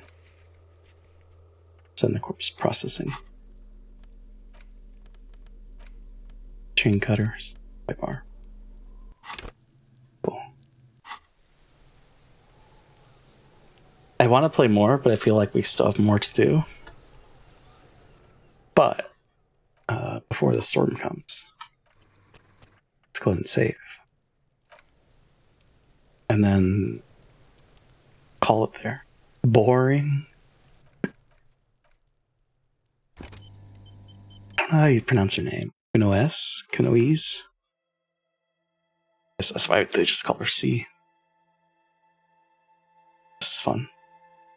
We knocked out a guy, so that's good. It's exciting. I don't think we're any closer to solving this mystery. And that's fine. Got a ways to go, it seems. I wonder how our decisions are gonna bite us back in the... or come back to bite us. How I messed up so far. I do remember doing the autopsy back in the first playthrough.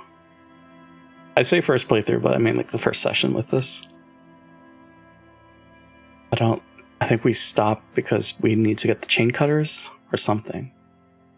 I know I didn't investigate the trash can.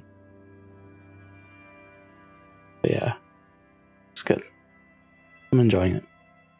Definitely continue more tomorrow. I don't know what time exactly, but I'll figure it out. Anyways, thanks for tuning in. Catch y'all later. Have a good one. And bye. Bye, JP. Bye, Supa. Thanks for stopping by. Yeah. Have a good one. Bye.